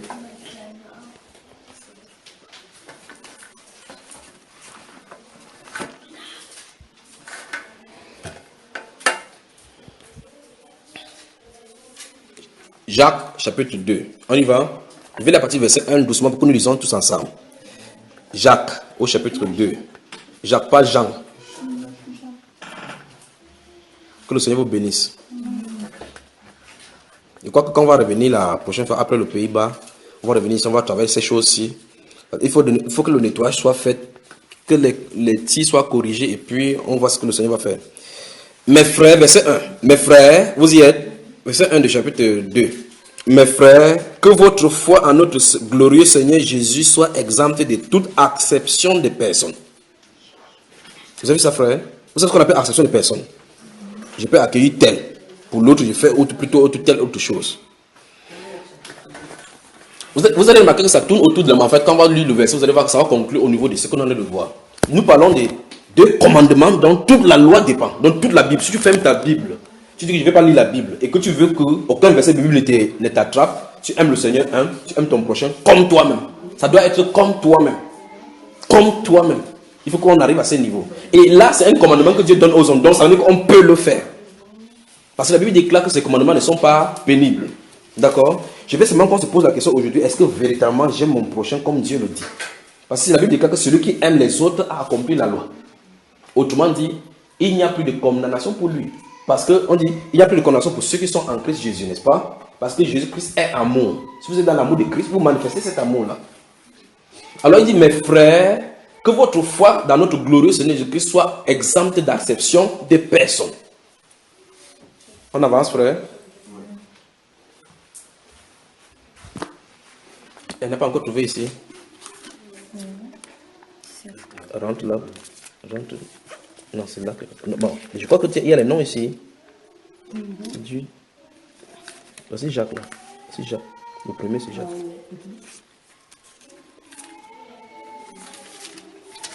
Jacques, le chapitre 2 de Jacques. On avance. Verset 1. Mes frères, que votre foi en notre glorieux Seigneur Jésus-Christ soit exempte. Donc, ça veut dire que si vous dites qu'on manifeste la foi dans le Seigneur Jésus-Christ, la façon dont on agit les uns pour les autres ne doit pas avoir de déséquilibre de l'amour. N'est-ce pas, frère? Il faut que je m'attelle pour expliquer cela. Si vous regardez le ministère du Seigneur Jésus-Christ, vous allez trouver effectivement que ça semble être contradictoire avec ce qu'on a dit ici. Vous allez voir que le Seigneur Jésus-Christ, lorsqu'il avait des missions secrètes, où il allait en aparté, il prenait Jean, Pierre et Jacques. Il les amenait sur la montagne, il les amenait par-ci, il les amenait par-là, les trois. Vous avez remarqué, n'est-ce pas? Un autre, parmi encore le groupe là-bas, il y avait un autre qui aimait se coucher que sur sa poitrine. On dit, et la Bible utilise la notation, le disciple que le Seigneur Jésus aimait. Comment il aimait beaucoup? L'autre version dit, aimait le plus. Ça ne veut pas dire que son amour était supérieur à l'autre amour. C'est le disciple de l'amour. C'est pour ça que plus tard, il va refléter cet amour pour écrire. Dans le livre des Jean, Apocalypse, 1 Jean, 2 Jean, vous allez voir qu'il va toujours parler de l'amour, l'amour, l'amour. Donc, il y a une expression. Donc, on ne faut pas qu'on interprète mal ces choses-là, d'accord? Maintenant, ici, il dit qu'il faut que notre foi dans notre glorieux Seigneur Jésus-Christ. Donc, si vous dites que vous avez la foi dans le Seigneur Jésus-Christ, la conséquence, c'est que votre façon de recevoir, d'agir avec les frères ne doit pas être avec acception. Donc, ça doit être exempt d'acception de personne. Continuons.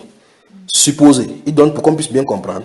Supposez en effet qu'il entre dans votre assemblée un homme avec un anneau d'or et un habit magnifique, et qu'il y entre aussi un pauvre misérablement vêtu. Si tournant vos regards vers celui qui porte l'habit magnifique, vous lui dites, toi, assieds-toi ici à cette place d'honneur, comme on voit dans les assemblées aujourd'hui, pas vrai?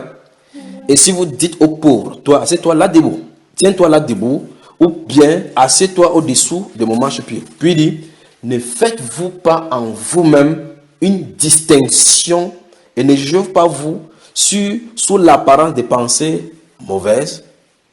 Vous voyez comment les assemblées sont pleines, on fait ces choses-ci. La Bible déclare que c'est sous les pensées, l'inspiration mauvaise. Et qui inspire de mauvaises pensées, frère? Dont les pasteurs dénominationnels sont possédés. Regardez, il dit, toi, verset 4, ne faites-vous pas en vous-même une distinction et ne jugez-vous pas sous l'inspiration des pensées mauvaises. Qui est-ce qui inspire les mauvaises pensées? Hein? Le diable. Donc, lorsque quelqu'un construit son assemblée, il met dans la chaise du pasteur là-bas, la chaise de l'ancien, la chaise de l'honneur. Vous voyez qui l'a inspiré? Ah, vous avez les frères qui sont là. Pourquoi vous avez peur de dire? Vous avez peur? Mais qui l'a inspiré? La Bible dit qui l'a inspiré? Le diable. Dans les assemblées où on met les chaises de telle personne, c'est le diable qui y règne parce que c'est la division. C'est ça ou c'est pas ça, frère? Alors, même si vous êtes fâché, c'est ce qui est écrit, c'est pas moi qui ai écrit cela. Verset 5, on continue. Écoutez mes frères bien-aimés, Dieu n'a-t-il pas choisi les pauvres aux yeux du monde pour qu'ils soient riches en la foi et héritiers du royaume qu'il a promis à ceux qui l'aiment? Il dit, et vous avilissez le pauvre. Ne sont-ce pas les riches qui vous oppriment et qui vous traînent devant les tribunaux? Ne sont-ce pas eux qui outragent le bon nom que vous portez? Maintenant, écoutez verset 8. Si vous accomplissez la loi royale, selon l'écriture, souvenez-vous, c'est l'apôtre Paul qui avait parlé dans Romains chapitre 13. Si vous accomplissez la loi royale selon les écritures, tu aimeras ton prochain comme toi-même, vous faites bien. Puis il dit, mais si vous faites exception de personnes, vous commettez un péché. Frère, soulignez. Je ne sais pas si vous percevez. Soyez bien concentrés. Donc Dieu nous explique ici que le simple fait de recevoir un frère d'une certaine façon, recevoir l'autre d'une certaine façon, vous venez de commettre le péché. Comment comme ça? Je relis encore ce qui est écrit là-bas. Si vous accomplissez la loi royale, selon l'écriture, tu aimeras ton prochain comme toi-même. Vous faites bien. Mais si vous faites exception de personne, parce qu'il a commencé par dire que notre foi dans notre Seigneur Jésus-Christ, glorieux Seigneur Jésus-Christ, soit exempt d'acception de personne. C'est quoi acception de personne? Je veux que vous m'expliquiez aussi. Sans distinction. C'est pas ça, hein? Il dit donc, mais si vous faites exception de personne, vous commettez un péché. Donc, quelqu'un peut vivre dans le péché en disant que je t'aime mon frère.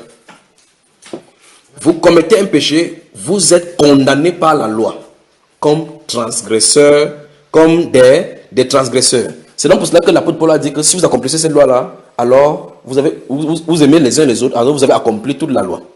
Parce que toute la loi et les prophètes, ça dépend de cela. Faites du bien, faites à quelqu'un ce que vous voudrez qu'on vous fasse. Vous avez vu, n'est-ce pas, frère? Alors en bas, allons-y, verset 14 là. Mes frères, que sert-il, verset 14. Mes frères, que sert-il à un homme ou bien à quelqu'un de dire qu'il a la foi s'il n'a pas les œuvres? Vous y êtes? Donc tu ne peux pas dire j'ai foi au Seigneur Jésus-Christ et que quelque chose ne suit pas. C'est que non, je crois au Seigneur Jésus-Christ. Comment tu crois? La foi est dans le cœur. Personne ne dit le contraire. La respiration est dans le cœur, non, frère? Mais on voit quand même le battement du cœur. Voilà. Donc on doit voir les manifestations de la foi.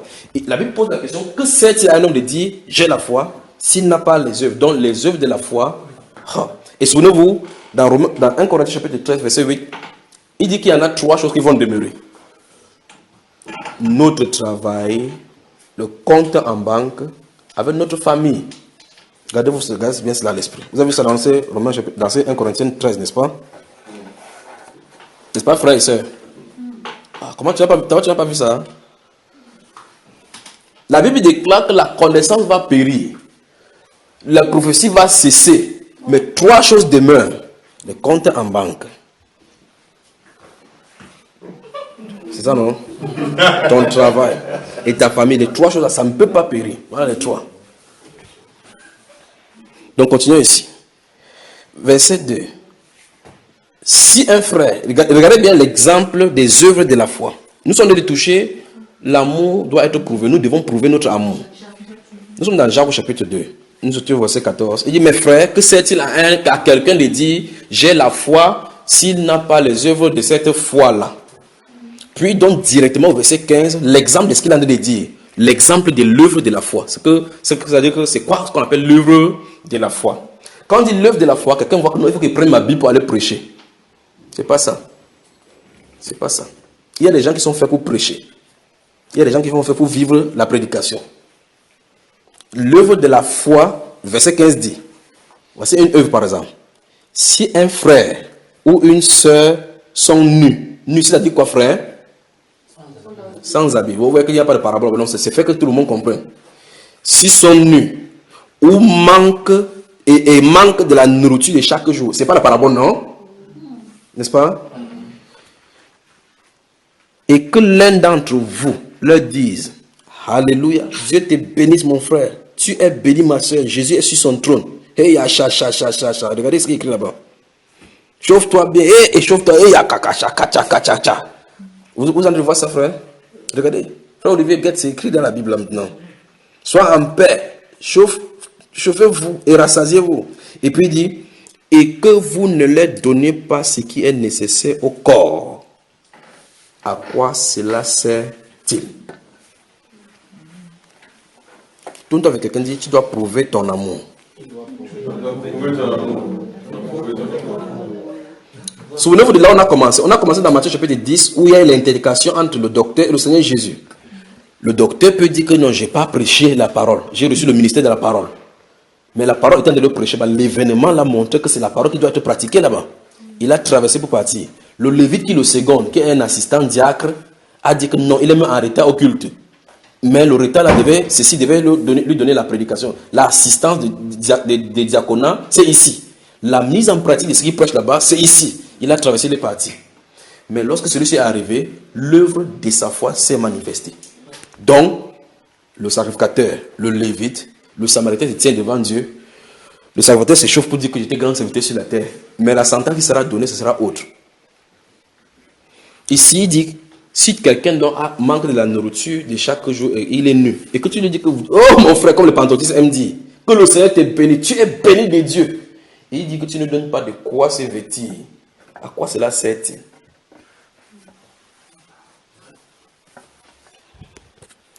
Quand le Père a fait sortir les Juifs de l'Égypte, étant dans le désert, il voulait leur expliquer des choses que lui-même il a prévues. Il leur a dit, si vous lisez Deutéronome chapitre 6, 7, 8 et particulièrement le 11, il leur a dit, lorsque vous serez entré dans le pays et que Dieu va vous bénir, parce qu'il va vous bénir, va vous donner le grand et menu bétail, il dit, garde-toi de mépriser les pauvres qui seront au milieu de toi. Jésus a dit la même chose, que vous aurez toujours des pauvres parmi vous. Ils sont là pour nous interroger de notre amour, pour que l'œuvre de notre foi soit manifestée, pour qu'il y ait de la diligence vis-à-vis d'eux. Voilà pourquoi ils sont là. Jésus a dit, il y aura toujours des pauvres parmi. Donc vous entendez un colloque pour éradiquer la pauvreté. Éloignez-vous-en. On ne peut pas éradiquer la pauvreté, ce n'est pas possible. Maintenant, souvenez-vous de ceci. La Bible déclare dans ce livre de Deutéronome que lorsque vous serez entré dans le pays, garde-toi de dire que ce n'est pas ma force que j'ai obtenu ce que j'ai. Parce que c'est Dieu qui te donne ce que tu obtiens. Donc c'est tout ce que tu obtiens, que ce soit sur la terre, c'est n'importe quoi, les bénédictions, c'est par la grâce de Dieu que tu l'obtiens. Je ne sais pas si vous saisissez. Et donc Dieu met les gens aux côtés de toi pour tester. Souvenez-vous encore, notez ceci. Notez le livre de Luc au chapitre 12. Notez. Je vais seulement citer maintenant, parce que si je continue à lire là, je vais seulement citer où vous voyez. Dans ce livre de Luc au chapitre 12, à partir du verset 15, il y a un monsieur qui est riche et qui va dire qu'on casse sa maison, que la maison, la récolte cette année-là a produit jusqu'à, il a dit qu'on casse les greniers, on charge là. La Bible déclare qu'il a dit, waouh mon âme, tu es maintenant riche, tu as de la nourriture de réserve, tu manges maintenant et rassasie-toi. Qu'est-ce que le Seigneur lui a donné comme sentence? Il dit insensé. Ces jours-ci même, ton âme te sera redemandée. Ce jour-là, quand il a fini de faire les choses là, il est mort cette même nuit-là. Sur la terre, on va lui dire qu'il atteint de crise cardiaque, rupture de l'anévrisme, il a eu l'AVC. C'est Jésus qui vient nous expliquer ce qui est arrivé à ces riches-là sur la terre. Puis Jésus donne la sentence, il dit que voici ce qui arrive aux gens qui sont riches, qui ne sont pas riches pour Dieu. Vous entendez cela? Être riche pour Dieu, ça ne veut pas que ton compte en banque soit fourni. C'est pas cela. La richesse selon Dieu, c'est combien de personnes en qui tu auras investi. Vous comprenez, frère? Notez le psaume 41, verset 1 à 4. Le psaume 41, verset 1 à 4, avant qu'on avance.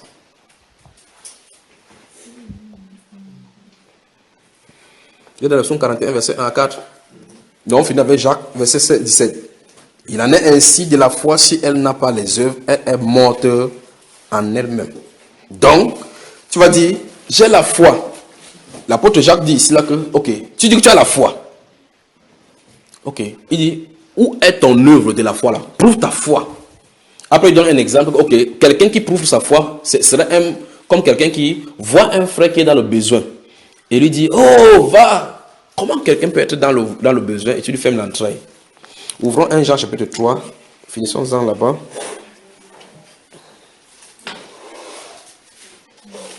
1 Jean chapitre 3.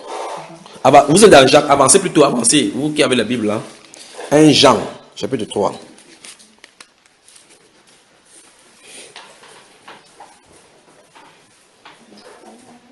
C'est pour ça que dans ce livre de 1 Corinthiens chapitre 13 dit donc que tout va disparaître. Tout, les prophéties vont s'arrêter, les langues vont s'arrêter, mais 3 choses vont demeurer, frère Jean-Paul. Ton compte en banque, ta famille et ton travail. Tous les 3 là vont demeurer. C'est ça, non? Alors. S'il n'y a pas de compte en banque, tu as trouvé là 1 Jean. Le chapitre 3, on va lire du verset 17 au verset 22. 1 Jean, le chapitre 3, verset 17 au verset 22.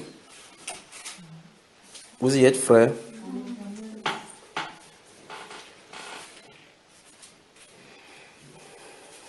Verset 17. Si quelqu'un possède les biens de ce monde, ce n'est pas en parabole, non? Posséder les biens de ce monde, ça veut dire quoi, frère? Voilà.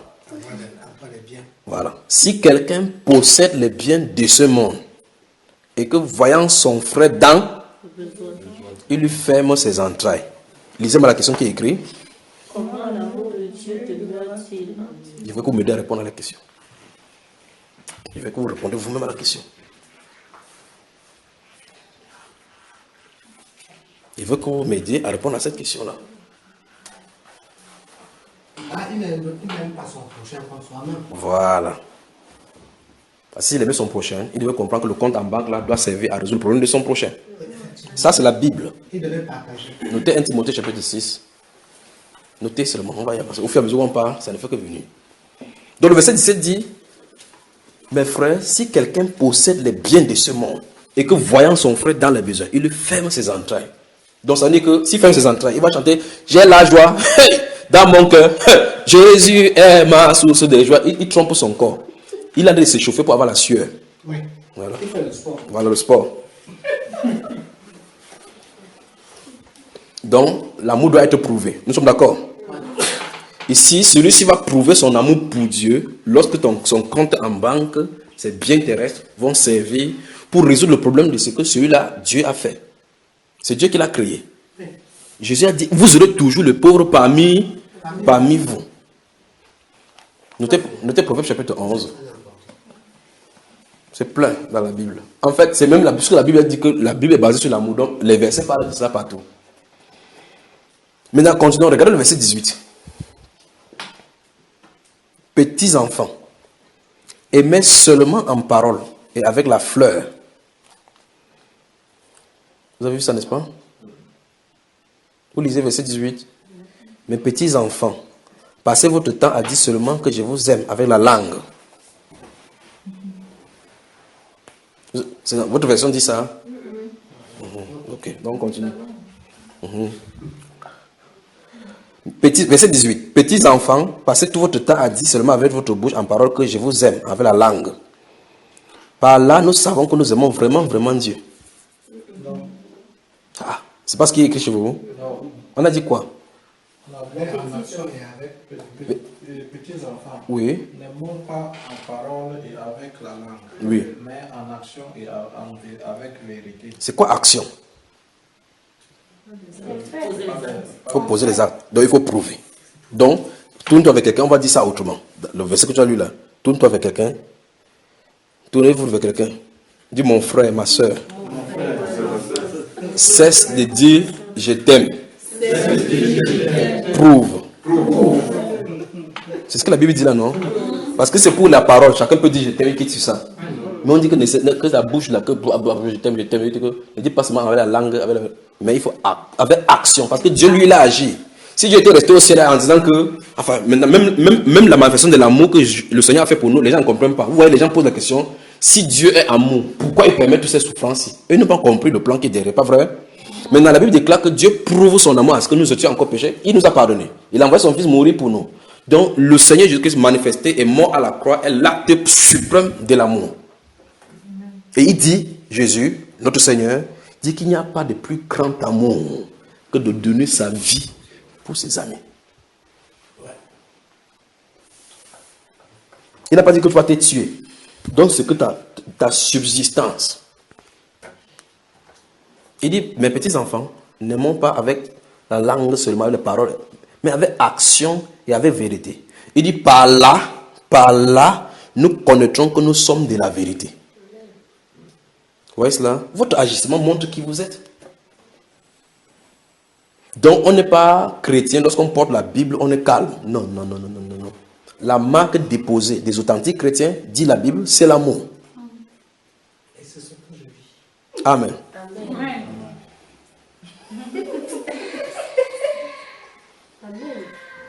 Chapitre 4, allons au chapitre 4 là-bas. Non, finissons ici, regardez. Par là, nous connaîtrons que nous sommes de la vérité et nous rassurons nos cœurs devant lui. Vous voyez cela, n'est-ce pas? Donc, souvenez-vous, ça veut dire que si vous ne pratiquez pas l'amour, vous avez le doigt de Dieu contre vous. Parce qu'il dit ici que si vous agissez de cette façon-là, nous rassurons notre cœur devant lui. Et la Bible continue en disant, car si nos cœurs nous condamnent, Dieu est plus grand que notre cœur. Donc, si nous ne prouvons pas l'amour, si vous savez qu'on n'a pas encore vécu l'amour, il y a des gens qui ont subi des haines où la répercussion qu'il a sur les autres, c'est le refoulement de cette même chose qu'ils ont reçue. Ça ne doit pas être ainsi. Il y a des gens qui ont grandi dans des familles où on les a oppressés. Vous êtes grandi dans une famille polygamique où on t'a oppressé au point où on savait que tu ne peux pas sortir. Par la grâce de Dieu, tu sors de la terre comme un champignon. Ouais. Quand tu sors, tu émerges. Au lieu de faire ce que la correction de ce que ceux-là ont fait, tu prends plutôt la revanche. C'est la mauvaise décision. La Bible nous dit dans ce Proverbe chapitre 4, ne dis pas, allons-y là-bas, Proverbe. Oh mon Dieu. Proverbe, c'est avant les psaumes. Enfin, selon que votre Bible est. Proverbe, prenons le chapitre 3 de Proverbe.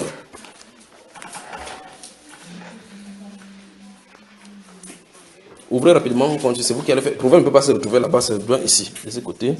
Voilà, après le psaume-ci, Proverbe ça va se retrouver. Proverbe chapitre 3, vous y êtes. Versets 27 et 28. Versets 27 et 28 du chapitre 3, qu'est-ce que ça dit mon cher? Versets 27 et 28, ça dit, ne refuse pas un bienfait à ceux qui ont droit. Oui. Car tu as le pouvoir, quand tu as le pouvoir de l'accorder. Oui. Ne dis pas à ton prochain, va et reviens. Demain, je te donnerai, car tu as de quoi. Quand tu as de quoi. Vous voyez cela? Quand tu as de quoi manger, les gens qui sont dans le pouvoir, ils ont quelque chose, ils disent, pour te montrer. Il y a des gens qui ont grandi comme ça. Tu pars chez ton oncle, il te promet ça, mais tu viens, il te renvoie à demain. Il renvoie à demain, Pourtant, il a quelque chose à la maison. Mais cette même personne peut aller en boîte de nuit dépenser 200 000 francs. Il dit ici, ne refuse pas un bienfait à celui qui y a droit. Alors tu grandis maintenant, tu dis, ok, je vais montrer maintenant que j'ai le pouvoir. Tu dis que viens demain, viens aussi demain, je vais le faire ce que sa mère m'avait fait. On ne fait pas cela. Dans le chapitre 22, il dit que ne dis pas, je vais lui rendre ce qu'il m'a fait, ce sera mal agi. Vous voyez cela, n'est-ce pas? Donc on ne rend pas le mal pour le mal. Les souffrances que tu subis dans la vie, que ça dit que ces choses-là que tu subis depuis les autres, Ce sont des moyens pour corriger ton propre style de vie.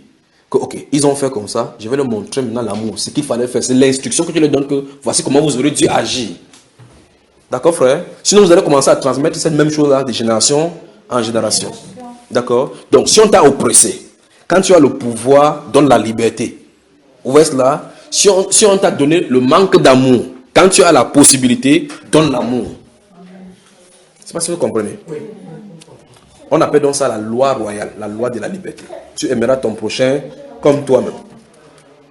Tu peux avancer. 1 Jean chapitre 4. 1 Jean, c'est là où nous étions tout à l'heure avant d'arriver ici. Je crois que je vais arrêter la première partie. Après, on va manger, on va passer à la seconde partie.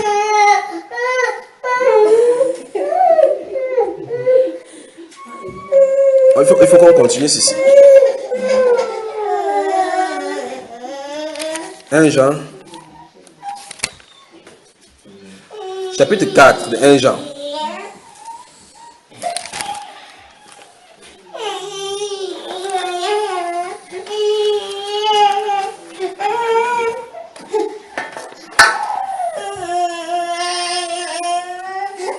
Je crois qu'il serait mieux que tu portes les deux, non?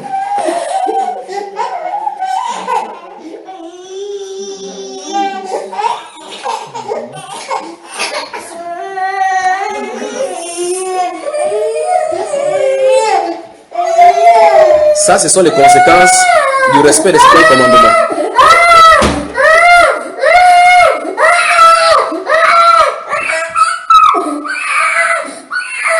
Il dit, ça, c'est les conséquences du respect des 5 commandements. Vous connaissez le commandement? Vous connaissez le commandement que les gens aiment, n'est-ce pas? Allez et multipliez-vous. 1 Jean chapitre 4. 1 Jean chapitre 4. Regardez le verset 11. Regardez. Bien-aimé. Vous y êtes? Bien-aimé. Non, je crois qu'il faut qu'on le prenne depuis le haut. Regardons 1 Jean chapitre 4. Je vais lire les parties verset 7 pour qu'on descende. Bien-aimé aime certaines personnes. Vraiment. Vous avez dans vos versions, vous voyez, non? 1 Jean chapitre 4, le verset 7. C'est comme ça que c'est écrit chez vous? Oui. Aimons-nous les uns les autres. C'est écrit chez vous? Car l'amour est de Dieu. Et quiconque aime est né de Dieu et connaît Dieu. Amen. Vous avez vu ça? Vous avez suivi, frère? Donc, la prochaine fois quand nous allons dire non, aime ton prochain comme ça, mais il faut qu'on prononce ça avec retenue.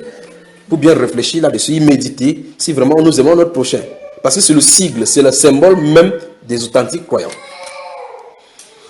Vous devez savoir tester votre amour lorsque quelqu'un vous fait du mal. Même un ami, même un proche, quelqu'un qui vous déçoit, fait du mal parle de vous. Et que vous le regardez dans les yeux en disant je t'aime, que ça soit vrai sur le cœur. Et en priant pour la personne. Il va falloir que quelque chose d'autre en dehors de l'esprit humain qu'on appelle mon côté animal là, soit en vous. Que je vais lui dire 4 vérités comme ça là. Je vais lui dire ces 4 vérités. Il va savoir de quel bois je me chauffe. Alors la Bible déclare ici, verset 8. Celui qui n'aime pas n'a pas connu Dieu. Car Dieu est amour. Vous avez vu, frère? Celui qui n'aime pas. Donc si tu n'aimes pas, chante ce que tu peux chanter. Lis la Bible du début jusqu'à la fin. Cite les versets bibliques n'importe comment. La Bible est claire. Le ciel ne te connaît pas. On avance, frère. L'amour de Dieu a été manifesté, a été prouvé. Dieu a pratiqué l'amour. Dieu a été manifesté par l'amour. Son amour a été manifesté envers nous en ce que Dieu a envoyé son Fils unique dans le monde afin que nous vivions par lui. Voilà la preuve ultime de l'amour. Si vous ne pouvez pas savoir ce que c'est que l'amour, tournez-vous vers Jésus, de l'acte que Dieu a fait au travers du Seigneur Jésus. Que voilà l'authenticité, voilà la marque, ce qu'on appelle amour. C'est-à-dire, qu'est-ce qui s'est passé? Nous étions des pécheurs, coupables. Il n'a pas venu dire que pourquoi tu as fait ça, pourquoi tu as fait cela. Il est venu résoudre le problème. Il est quitté, il est rentré. Sans nous culpabiliser. Vous voyez? Donc, coupable, mais il porte le fardeau pour nous. On dit le châtiment qui nous donne la paix est retombé sur lui. Il était blessé, brisé pour nos iniquités. Nous l'avons considéré comme battu, frappé de Dieu, humilié. Mais c'était à cause de nous. Je ne sais pas si vous comprenez. Ok, regardez. Il dit, verset 10. Et cet amour consiste non point en ce que nous avons aimé Dieu, mais en ce qu'il nous a aimés et a envoyé son Fils comme victime expiatoire pour notre péché. Voilà la preuve ultime de l'amour, n'est-ce pas? Puis il dit, bien-aimés, si Dieu nous a ainsi aimés, nous pouvons nous aimer aussi les uns les autres. Vous avez vu ça, frère? Vous lisez la Bible, frère? Vérifiez dans votre Bible. Bien-aimés, verset 11. Si Dieu nous a ainsi aimés, cette façon, si nous a aimés comme ça, nous pouvons aussi nous aimer les uns les autres. J'ai comme l'impression que les pensées sont au niveau des beignets. Les yeux sont rivés dans la Bible, les pensées au niveau des beignets. Je recommence. Bien-aimés, c'est écrit là-bas. Bien-aimés, si Dieu nous a ainsi aimés, nous pouvons nous aimer aussi les uns les autres. Nous devons. Voilà. Ça change la donnée, n'est-ce pas? Ça change la donnée. Donc c'est écrit quoi là? Donc c'est un commandement. C'est une obligation. Tourne-toi avec quelqu'un, pointe encore le doigt. Dis, tu dois m'aimer avec mes défauts, comme Dieu nous a aimés avec nos défauts. Comme Dieu nous a aimés avec nos défauts. Tu aimes la soeur là, non, elle bavarde trop. Donc à cause du bavardage, tu ne l'aimes pas. Oh. Tu dois aimer, c'est comme ça, c'est ça l'amour. Nous devons aimer, n'est-ce pas? En fait, c'est un commandement, on n'a pas le choix, n'est-ce pas? C'est pour ça qu'on appelle, si on accomplit la loi royale. Remarquez la façon que la Bible appelle le commandement de l'amour, la loi royale. Si vous êtes du sacerdoce royal, vous devez vous aimer les uns les autres. Bien plus, il dit qu'on aime son prochain. Il dit les uns les autres, c'est-à-dire au milieu, il dit bien aimé, parce que ça s'adresse aux chrétiens. Mais c'est quand même terrible que les chrétiens construisent des murs aujourd'hui. C'est-à-dire au milieu des chrétiens, on doit s'aimer les uns les autres. Puis maintenant, il est temps maintenant sur toute la création, parce que la création respire l'amour. Il dit vous devez vous aimer. Remarquez très bien, même la folle, une personne qui est aliénée, comment elle prend soin de son enfant? Je veux que vous remarquez cela. Une personne qui est folle prend soin de son enfant. Allez attaquer la poule, la mère poule, la poule qui est normale, pour l'attraper, pour faire frire. Elle va courir. Mais quand elle a mis bas avec ses poussins, elle a encore attrapé un poussin. Même si la poule n'a pas de dents, elle va sortir les dents sur toi. Il dit la poule. Qu'est-ce qu'elle fait? Elle défend ses enfants. Parce qu'elle les aime. Mais qu'est-ce que les humains font aujourd'hui? Les femmes de pasteurs, les chrétiens conçoivent, disent qu'on va dire quoi? Tue ses enfants. Les chrétiens. Continuons ici. Bien-aimés, ils s'en débarrassent. Il dit la poule protège ses enfants. La folle protège la sienne. Les chrétiens avortent. Bien-aimés, si Dieu nous a ainsi aimés, nous devons aussi nous aimer les uns. Personne n'a jamais vu Dieu. Si nous nous aimons les uns les autres, Dieu demeure en nous. Comment ça va que Dieu demeure en toi, oui frère, oui ou non? Comment? Si nous nous aimons les uns les autres. Voilà. Donc ça veut dire qu'il faut tester votre cœur si vous aimez. N'essayez pas de faire comme ça que vous devez tester de la bonne façon, avec le testeur de la Bible. C'est-à-dire que, est-ce que vous agissez comme la Bible dit? Est-ce que l'acte est orienté par l'amour? Est-ce que l'acte est guidé par l'amour? Il dit, Dieu demeure en nous et son amour est parfait en nous. Puis il conclut, nous connaissons que nous demeurons en lui et qu'il demeure en nous en ce qu'il nous a donné de son esprit. J'ai posé la question tout à l'heure, est-ce que vous pouvez aimer, comme la Bible le dit, de vous-même? Parce qu'en réalité, le Saint-Esprit est amour. Alors, le Saint-Esprit est amour, n'est-ce pas? Le Saint-Esprit est amour, parce que le Saint-Esprit est Dieu. Il est amour. Lorsqu'il vient, il fait sa place en toi. La personne qu'on appelle amour se trouve en toi. Comme le Saint-Esprit est celui qui manifeste le don spirituel, le cœur de compassion te sera donné pour que ce don-là puisse aller vers les autres. Donc, il n'y a pas de don spirituel sans amour. Il n'y a pas de don spirituel sans amour. Il ne donne pas le don spirituel pour que les gens partent au marché faire des spectacles. Pour que les gens partent s'engager de l'argent. Vous aurez remarqué très bien que c'est pour un but. Dans la deuxième partie, nous allons développer cela.